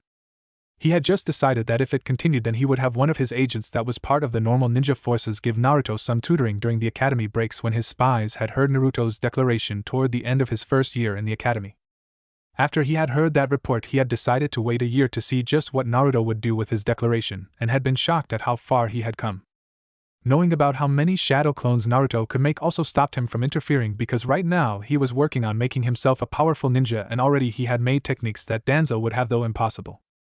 With his shadow clones, if Danzo felt the need, then he could always assign enough of his agents to sets of Naruto's clones to make up for any lack in his shinobi education. One of the worst things that those who knew Danzo thought about him was that he suppressed all emotion in his agents. While this was mostly true, he had also specially trained some of his forces and hadn't put them through the training to suppress their emotions. Danzo knew better than anyone that something he hadn't foreseen could end his life easily, and that if that were to occur then all of the effort that he put forth in his plans could come to naught. The few agents that he put through his training that didn't have their emotions suppressed were his backup plan in case something happened to him. He hadn't even planned for Naruto to become anything like his agents because he had hoped to groom him into becoming a Hokage that both he and Hiruzen could have been proud of. At this point though, he was relatively happy that his plans for Naruto fell through. After all, while he wasn't the powerhouse that he would have been under Danzo's tutelage, he had created a huge number of techniques that could help the village down the line, and later when he unsealed his parents' cottage where most of their scrolls were, he would undoubtedly become a force to be reckoned with. While he would have liked to have cut in when Naruto began buying up and running businesses, he held his peace because while unorthodox it was good training for when he became a shinobi. Besides, he was developing ninja skills when he was setting up the businesses. Using the cutting nature of wind chakra to carve furniture was ridiculous because it is almost impossible to control the wind blades that well, but somehow Naruto had managed it, and he only knew the leaf cutting exercise that helped train shinobi in the controlling of the wind element. Naruto didn't know any of the more advanced exercises that would have increased his control over wind chakra to where it wouldn't have been preposterous.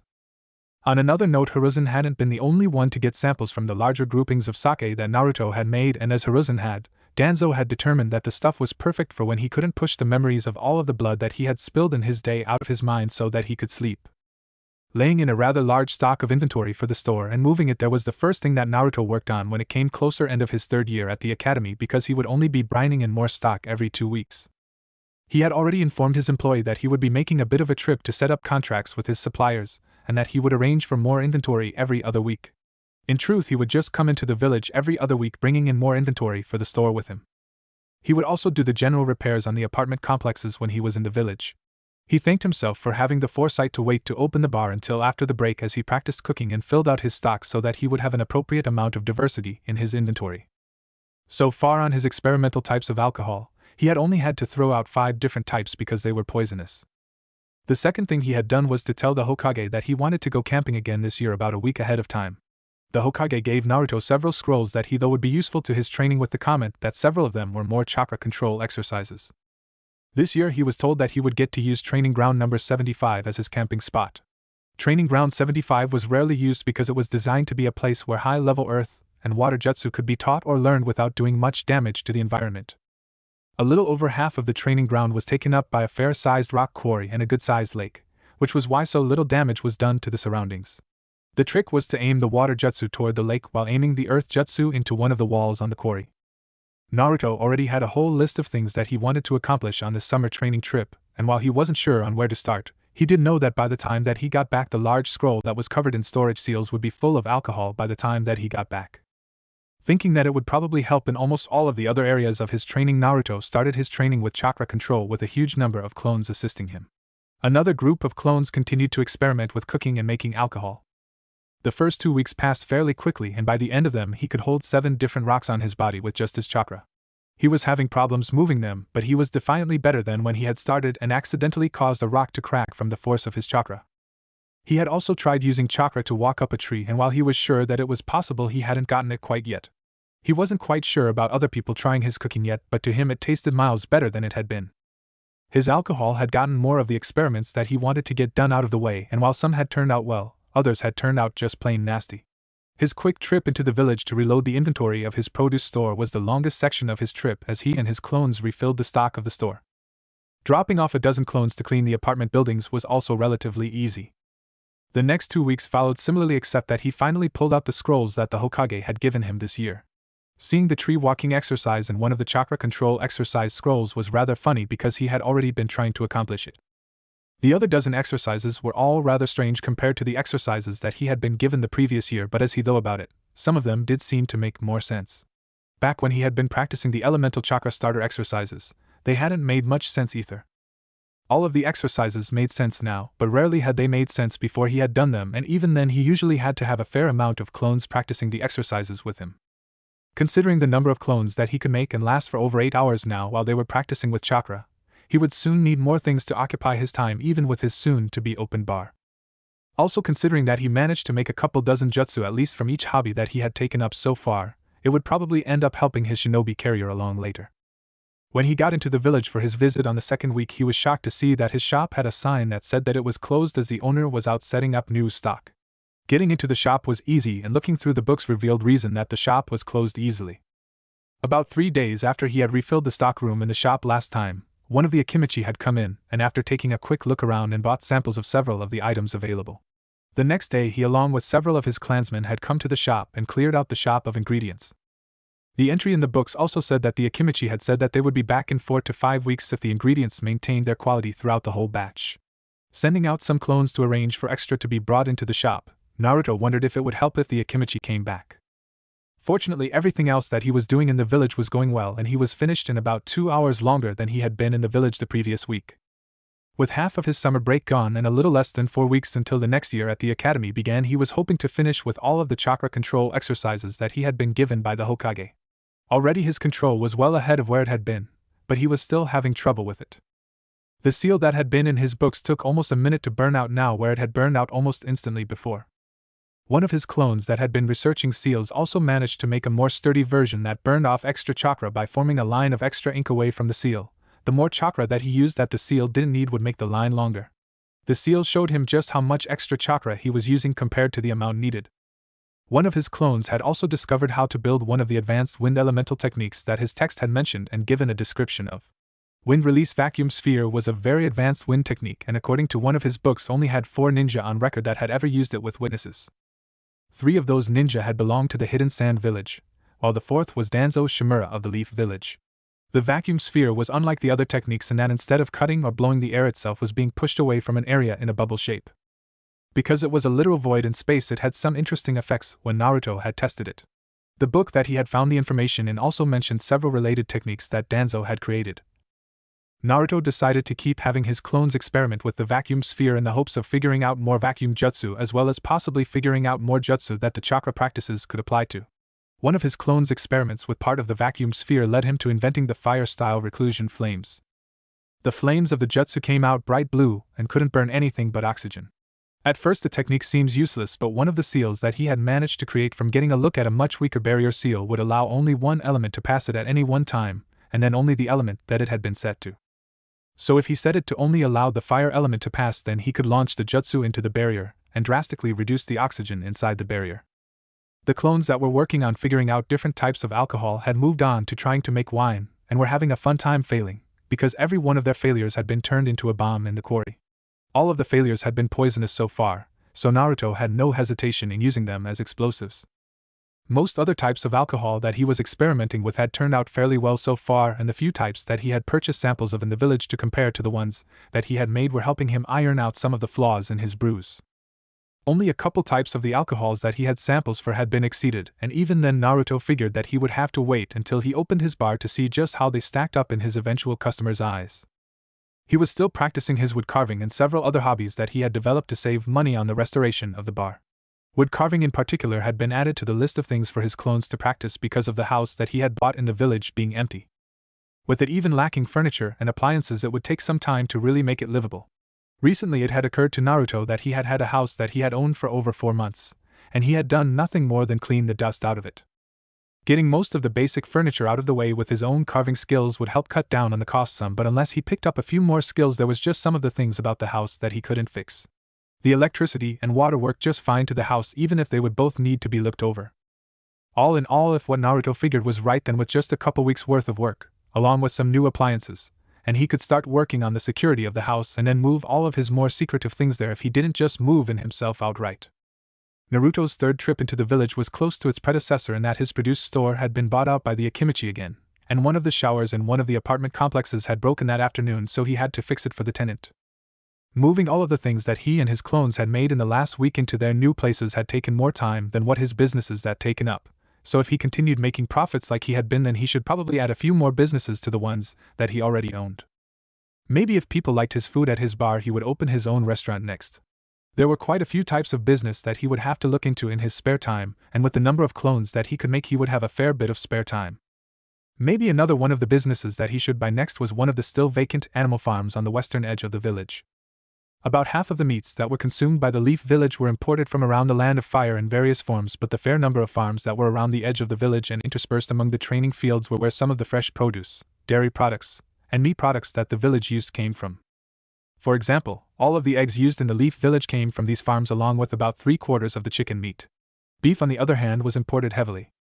Naruto wasn't quite sure about buying one of the still vacant farms though, because of the fact that nearly all of the still vacant ones had been hit by stray attacks during the battle with the Kyuubi.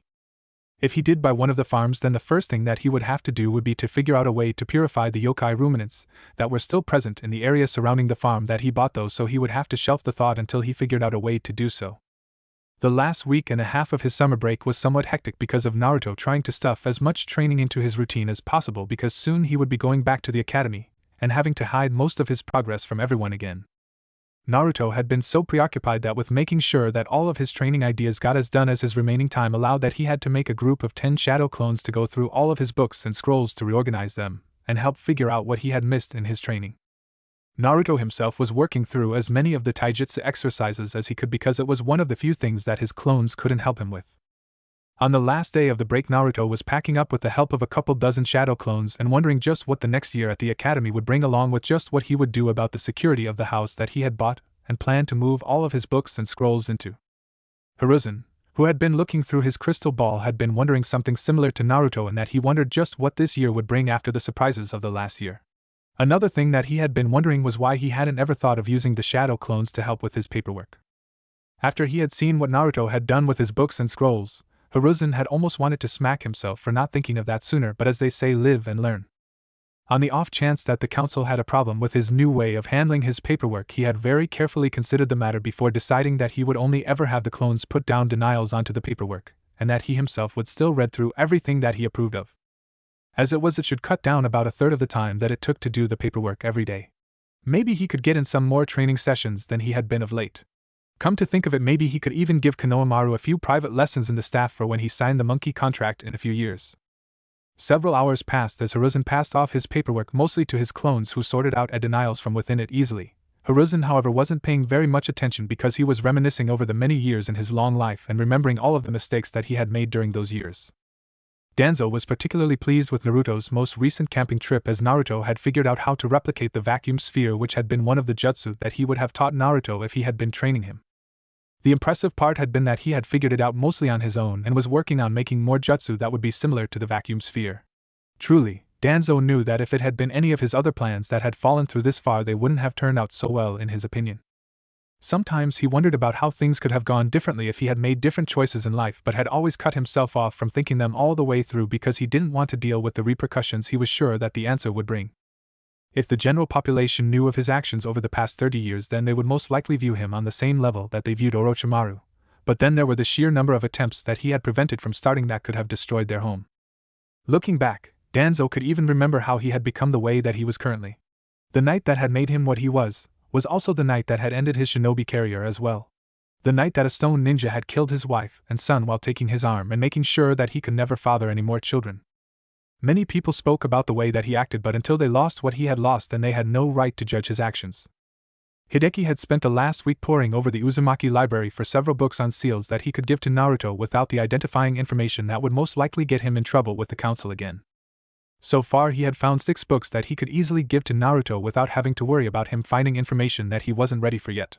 For that matter, his daughter had finally proven herself ready for some of the scrolls that Kushina had made copies of for his family if they became shinobi. 2 of them were labeled for Kanochi eyes only, so hopefully she would find some useful advice in there because he really dreaded trying to speak with her on those subjects. On another note, Hideki had begun working on one of the sword designs that was similar to the sword that Kushina had carried. It was similar but toned down in a sense because it required what was known as chakra forging. Chakra forging was very simple in that it was just running chakra through a weapon as it was being made, and it also attuned the weapon to the chakra that it had been forged with. Kushina's sword had been special because it had both her chakra as well as a hefty portion of the Kyuubi's chakra used in the forging process. It had made the blade almost unbreakable until she had used it to hold off the very creature that had unknowingly helped make it.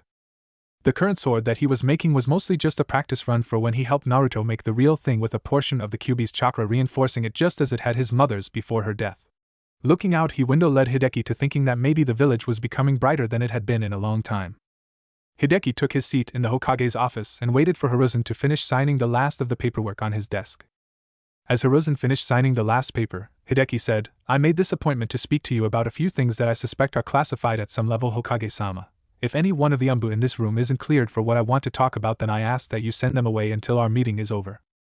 Hiruzen's eyes narrowed for a moment, but he ordered all of the Umbu to leave the room before raising a privacy barrier around the office with one of the seals that Minato had carved into the desk. Considering the fact that the man in front of him had been the blacksmith that had personally forged all 10,000 of the tri-pronged kunai that Minato had used in his most famous jutsu, then he might know some very classified things. Normally Hiruzen wouldn't have done the secondary seal that shows all living things in the room, but considering what they may talk about, then it would be better safe than sorry. As a third chakra presence made itself known in the room, Hiruzen's kunai wasn't even a blur in the air before it had already hit the wall with a thunk, after having passed through a nondescript person wearing Umbu-styled clothing. As Hiruzen was about to check the body, it started to ignite from within as a seal on the man's head blurred into existence. Hiruzen could only sigh as he watched the evidence turn to ash before his eyes. It would seem that he would have to watch for spies for a while. "What did you wish to speak to me about, Hideki?" Hiruzen asked after once more checking the room for any more eavesdroppers of listening devices. "I can guess why you haven't told Naruto about his heritage yet, and frankly I think that he doesn't need to know until he is out of the academy." Hideki started as he pulled out 3 of the books that he had gotten out of his copy of the Uzumaki library.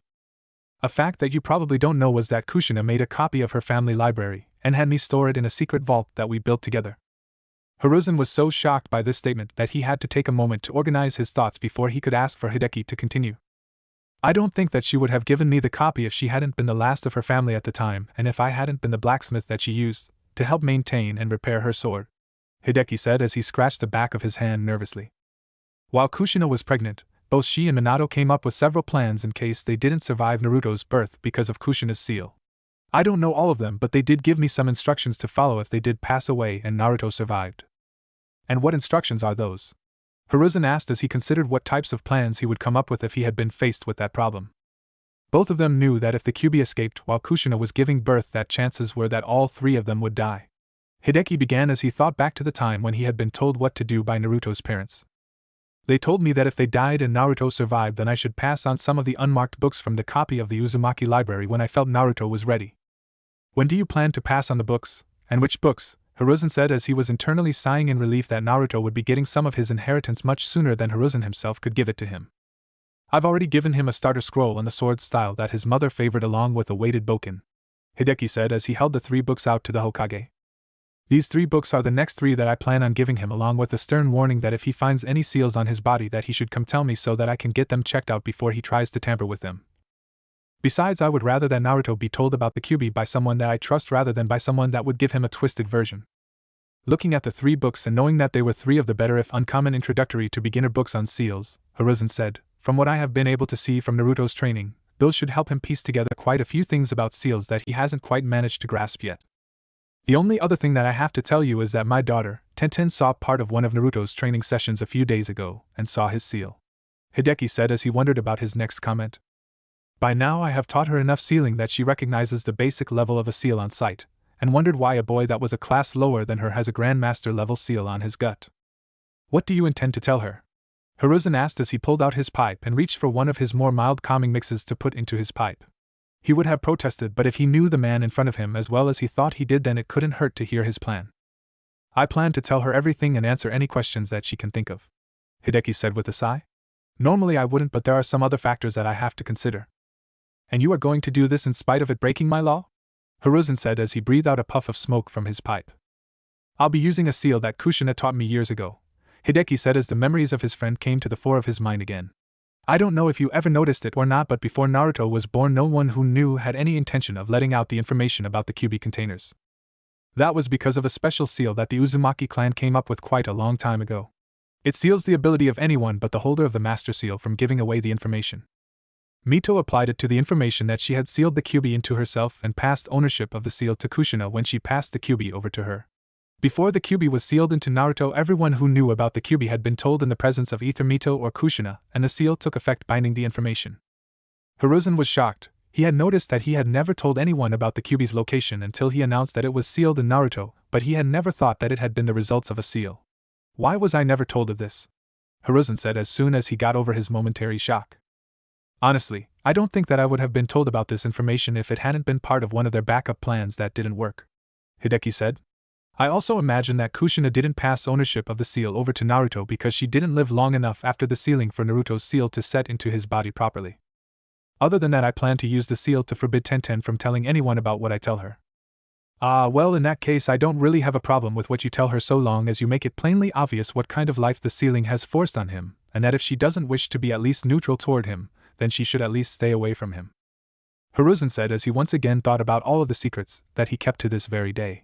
Normally he would have objected more about a child being told a number of S-class secrets, but with the seal active, she wouldn't be able to tell anyone anyway until Hideki passed away, and that wouldn't be for a number of years at least.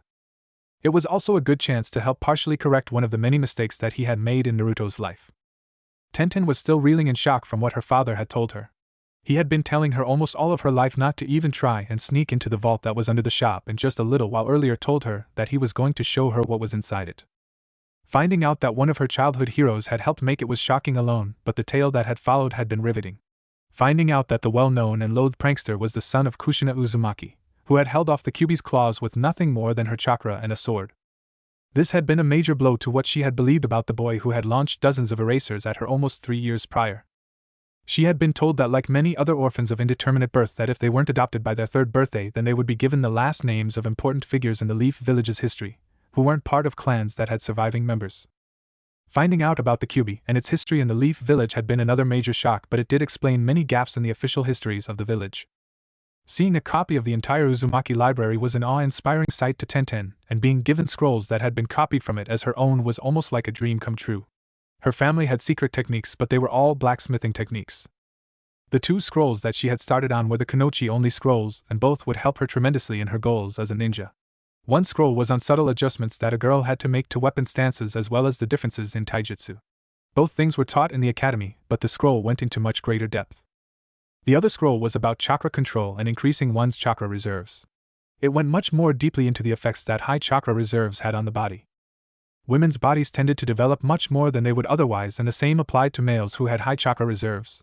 But the most interesting thing that she found was a technique that could be performed by a ninja to increase their bedroom stamina depending on how much chakra that they pumped into it. After she had seen that portion of the scroll, it made her think about the part of Naruto's training session the other day, and if she was guessing correctly, then if Naruto managed to work out some of his flaws in the next 2 to 3 years, then she may just have to start chasing him.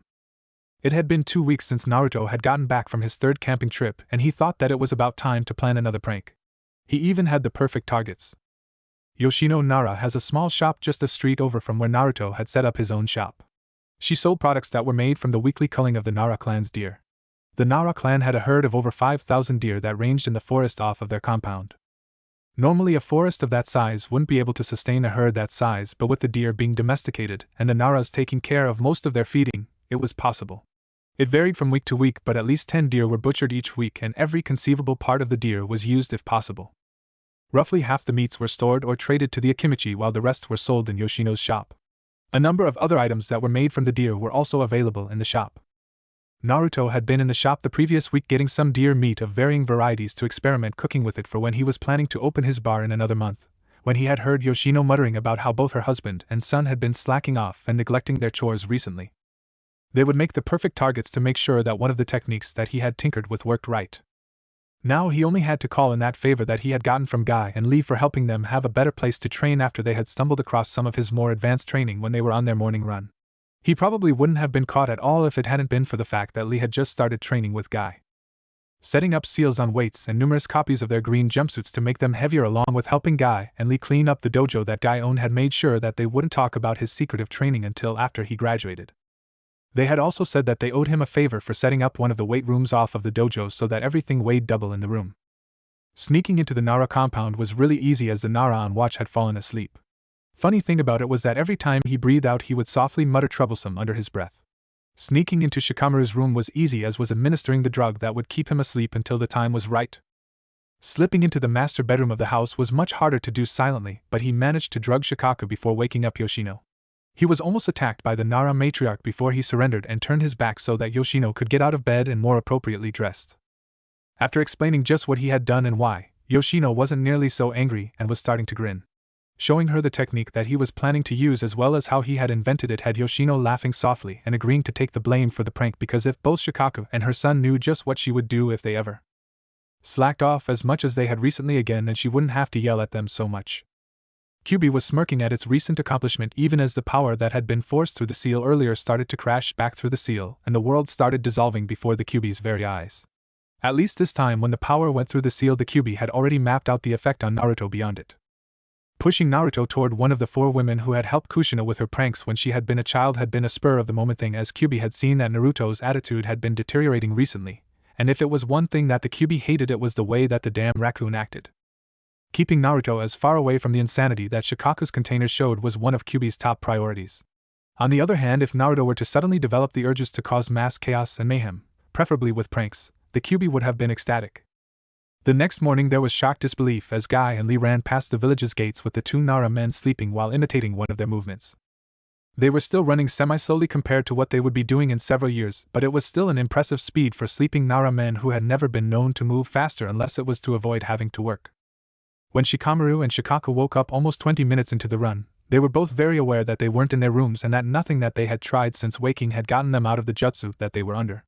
It was like their own shadow techniques except in reverse. It was making them mimic Guy and Lee's movements, and considering their unconcerned attitude, both Guy and Lee knew that they were there. 4 hours later, Shikaku and Shikamaru were released from the technique. They were told about a letter that Yoshino had put into Shikaku's vest pocket. And after reading it, they both vowed to never slack as much as they had for the past couple weeks, as Yoshino had threatened to keep having them wake up and going through Guy and Lee's morning training program again. Hinata had been watching Naruto for over a year, and had seen him do things with his chakra that had someone asked her previously, she would have said that they were impossible. She still didn't know what had caused her to start watching him, but he was by far the most interesting among her classmates. He was the dead last goofball during class and at the academy. Yet, the first time that she had seen him training in the forest while she was searching for several semi-rare herbs for her hobby, he had been training at a level that exceeded the training that most jonin put themselves through constantly.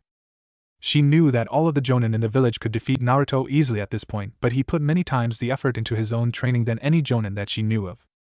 In Hinata's short life she had endured many rigorous training sessions with many members of her clan, and yet none of them knew the true extent of her talent in taijutsu because she had no desire to inflict pain upon her family. Recently she had been made to start fighting against her sister because the elders were trying to figure out who was the worthier heir. As much as Hinata didn't want to, she was forced to fight her sister, and she lost every time. It wasn't that Hinata was weak or unskilled in the juken, but rather that memory that would pop into her mind every time that she was faced with her sister. Her mother's final words to her were to not judge her father too harshly because he didn't deal with loss well, and to make sure that her father and sister were taken care of.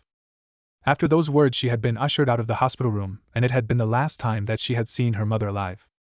After that, she had taken to spending a great deal of time in her mother's favorite garden in the Hyuga compound, going over every aspect of the Juken that she could get her hands on.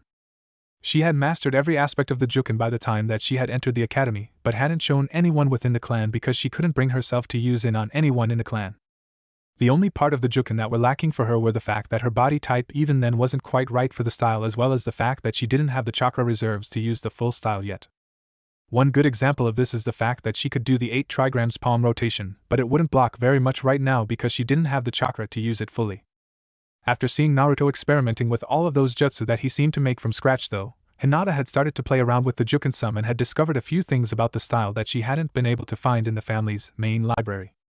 Some of the ways that she had come up with to manipulate the Juken might be in the private main branch library, but only her father as the clan head, or the elders as a whole, could grant access to that library. Guy wasn't what most people thought of when they were looking for the ideal shinobi, and Guy could understand that. He wondered about himself sometimes, but then he saved his most profound thoughts for when he was doing his most strenuous training. When most people, though, of doing many thousands of exercises, they saw a physically daunting task, but for Guy those times were the times that he did his most profound thinking. As his body became more and more exhausted, he could no longer hide the truths of the world around him from himself. Guy didn't come from a ninja background and had been the dead last in his class. In fact, the only difference that he could think of between himself and Lee was the fact that he could use chakra normally. Lee had a fair amount of chakra, but his body couldn't expel the chakra normally.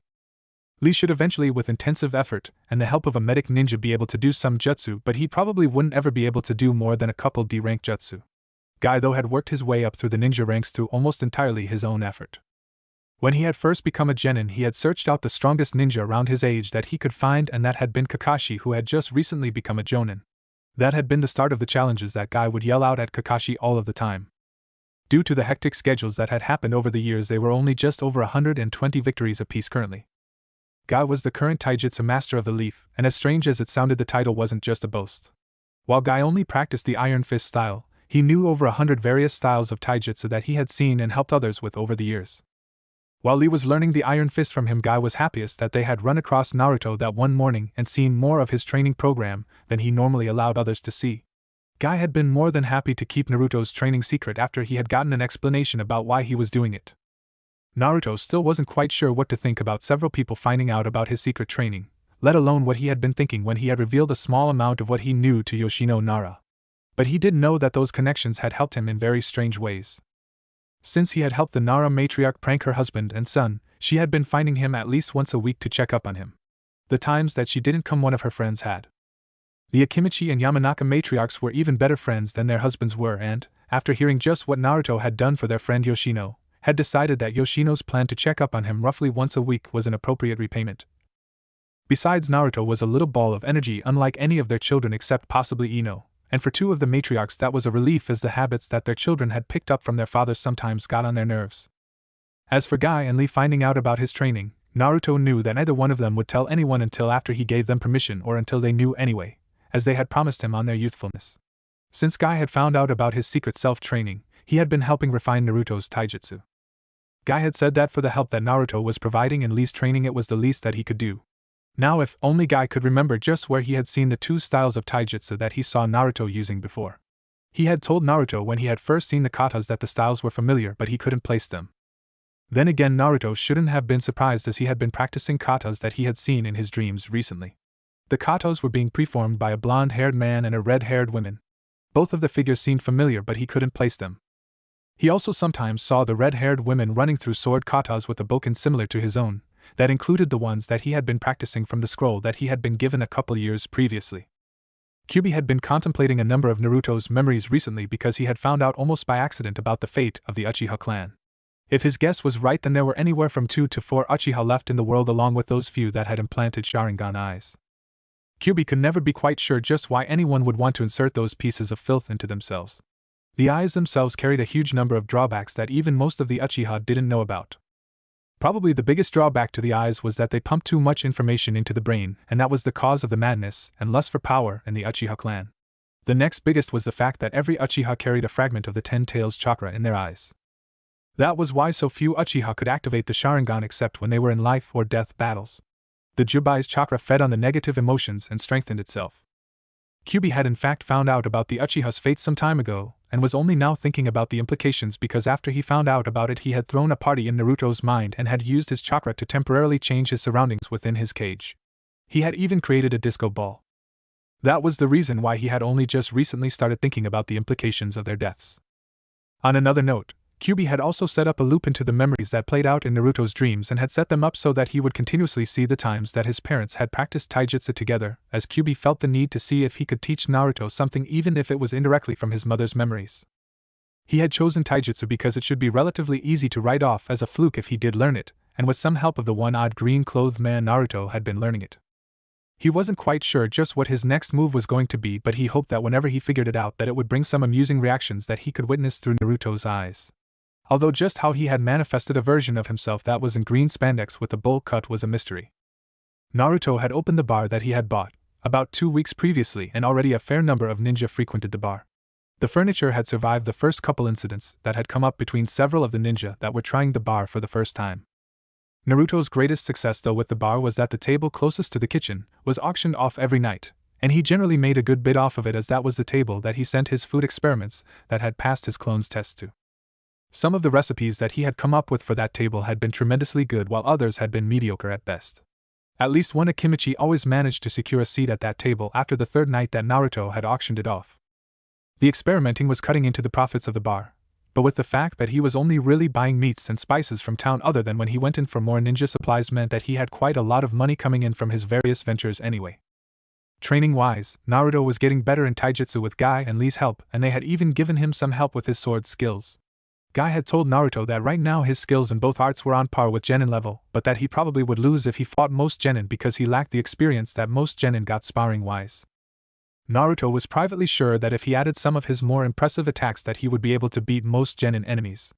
Maybe, easily if he spammed the area with shadow clones and launched a huge number of attacks toward his opponent from all sides. Just seeing some of Guy's speed told Naruto that most enemies with even Chunin level speed would be able to dodge that tactic with the speed that most of his current range techniques fired at. Guy even gave a demonstration of just what was considered average speed for each level of ninja. Not all ninja of those ranks had the speed to match their rank, but what he was showing was the average. Getting the assessment from Guy on just his taijutsu and kenjutsu had oddly showed a great number of flaws in the way that Naruto was going about his training. As with enough speed, enemies could evade any of his attacks, and if Guy's demonstration of the different levels of speed was correct, then most of Naruto's battle-ready techniques would be too slow to use in combat against any enemy of Chunin level of speed or higher. The next 6 months saw Naruto's training being focused on increasing his taijutsu and kenjutsu with some speed training thrown in. Of course, that was only his actual body along with a number of clones. He also regularly kept clones working on sealing with the help of the books that he was given after his last stop for ninja supplies by Hideki. He hadn't even gotten around to checking himself for seals like one of the books instructed. As Hideki had said, the books that he had been given were filling in the gaps in his basic knowledge on sealing. He still had a great number of clones working on chakra control with every exercise that he could find or come up with. The clones that had been working on creating jutsu were now focusing on speeding up the current jutsu he had already come up with, as well as working through variants of the techniques to see what would happen now that his control was somewhat better. Business-wise, his apartment buildings were all filled with tenants, and other than his weekly checks to make sure that nothing needed to be fixed were running without problem with minimal interference. His produce store was still making a tremendous profit with the Akimichi coming in every Friday and cleaning out his entire stock. He had started closing the store on weekends to restock the store. The bar was doing very well, and as Naruto had clones constantly experimenting and adding to the number of drinks that he had available, it had become something of a hotspot for some of the villagers and ninja. Hayashi Hyuga had been given a bottle of one of the better experimental wines that Naruto had made for the bar and had liked it well enough that he got several of the branch clan ninja to start trying the various unique drinks that were served in the bar and purchasing bottles of the better tasting ones for himself and the clan elders. The food side of the business was going well as Naruto had added a survey to the tables and let it be known that the identity that he had made up for his chef persona was working out a menu for a restaurant that he was planning on opening, and using his friend's bar as a testing site. Finishing the scroll that he had been writing on, Danzo was greatly anticipating the things that Naruto would do with it. He had copied every chakra control exercise that he could find in his library into the scroll and even added his own thoughts about each exercise, about ways to make each exercise easier or harder so that it could benefit its owner more. Even if Hiruzen found out about him getting this scroll to Naruto, there was no way for him to complain about it because he had strictly limited himself to just control exercises, even if some of them were exotic. In the past there had been some Uzumaki who had been medical ninja with superb chakra control even with their large pools of chakra, and Danzo was hopeful that with the sheer number of exercises and variants that he was sending Naruto, that even if he didn't get up to medic level control, that he made it to somewhere around average control. If he could get even average control, then he would be able to become so much more than he was now. Turning to the letter that he had written to Naruto before he had started the scroll, he read it once again. Once your parents died to save something precious to me, and I know that there isn't anything that can be done with the way that things are now, but I hope that in your future that these help you on your quest to become Hokage. An old injury of mine is slowly killing me at this time, and I hope that with this I can repay what debt that I owe your parents. As for their identities, I cannot tell you, as for now their records are sealed because of their one-time positions of Umbu captains. If everything goes right, their records should be partially unsealed in the next 3 to 7 years. He had signed it as an old man who was paying a debt before his life ended. Everything he had said in the letter was true but misleading, and if he knew Hiruzen like he though that then he would know that Danzo had sent the scroll and the letter, but both truly were innocent items on their own. There were no downsides to this action, and this was his investment into the future of the Hidden Leaf Village. He knew that the moment that he died that his standing orders were to report to the Hokage for reassignment, and that most of the work that he had done for the Leaf Village would disappear after he died, and this was his public move along with leaving a number of scrolls of varying types to Naruto in his will. Recently a poison that Danzo had thought had been purged from his body had started to make a sharp comeback, and the antidote wasn't working this time as it had the first. He had been forced to apply a seal to force a portion of his chakra to keep it at bay, along with ingesting the antidote every morning to keep himself alive. The poison had never truly left his system, and it had been laying mostly dormant until his immune system fell weak enough to affect him again. His own personal medic gave him 20 years at maximum, or 1 hour at full power, as it was only his chakra and the only antidote that he had for the poison that was keeping him alive. What if Naruto has shinobi god level jutsu? And thanks for watching my video till the end. If you enjoyed this content, then do consider subscribing to my channel, and leave a like if you guys need the next part. Comment down, and thanks for watching the video, and see you guys in the next video.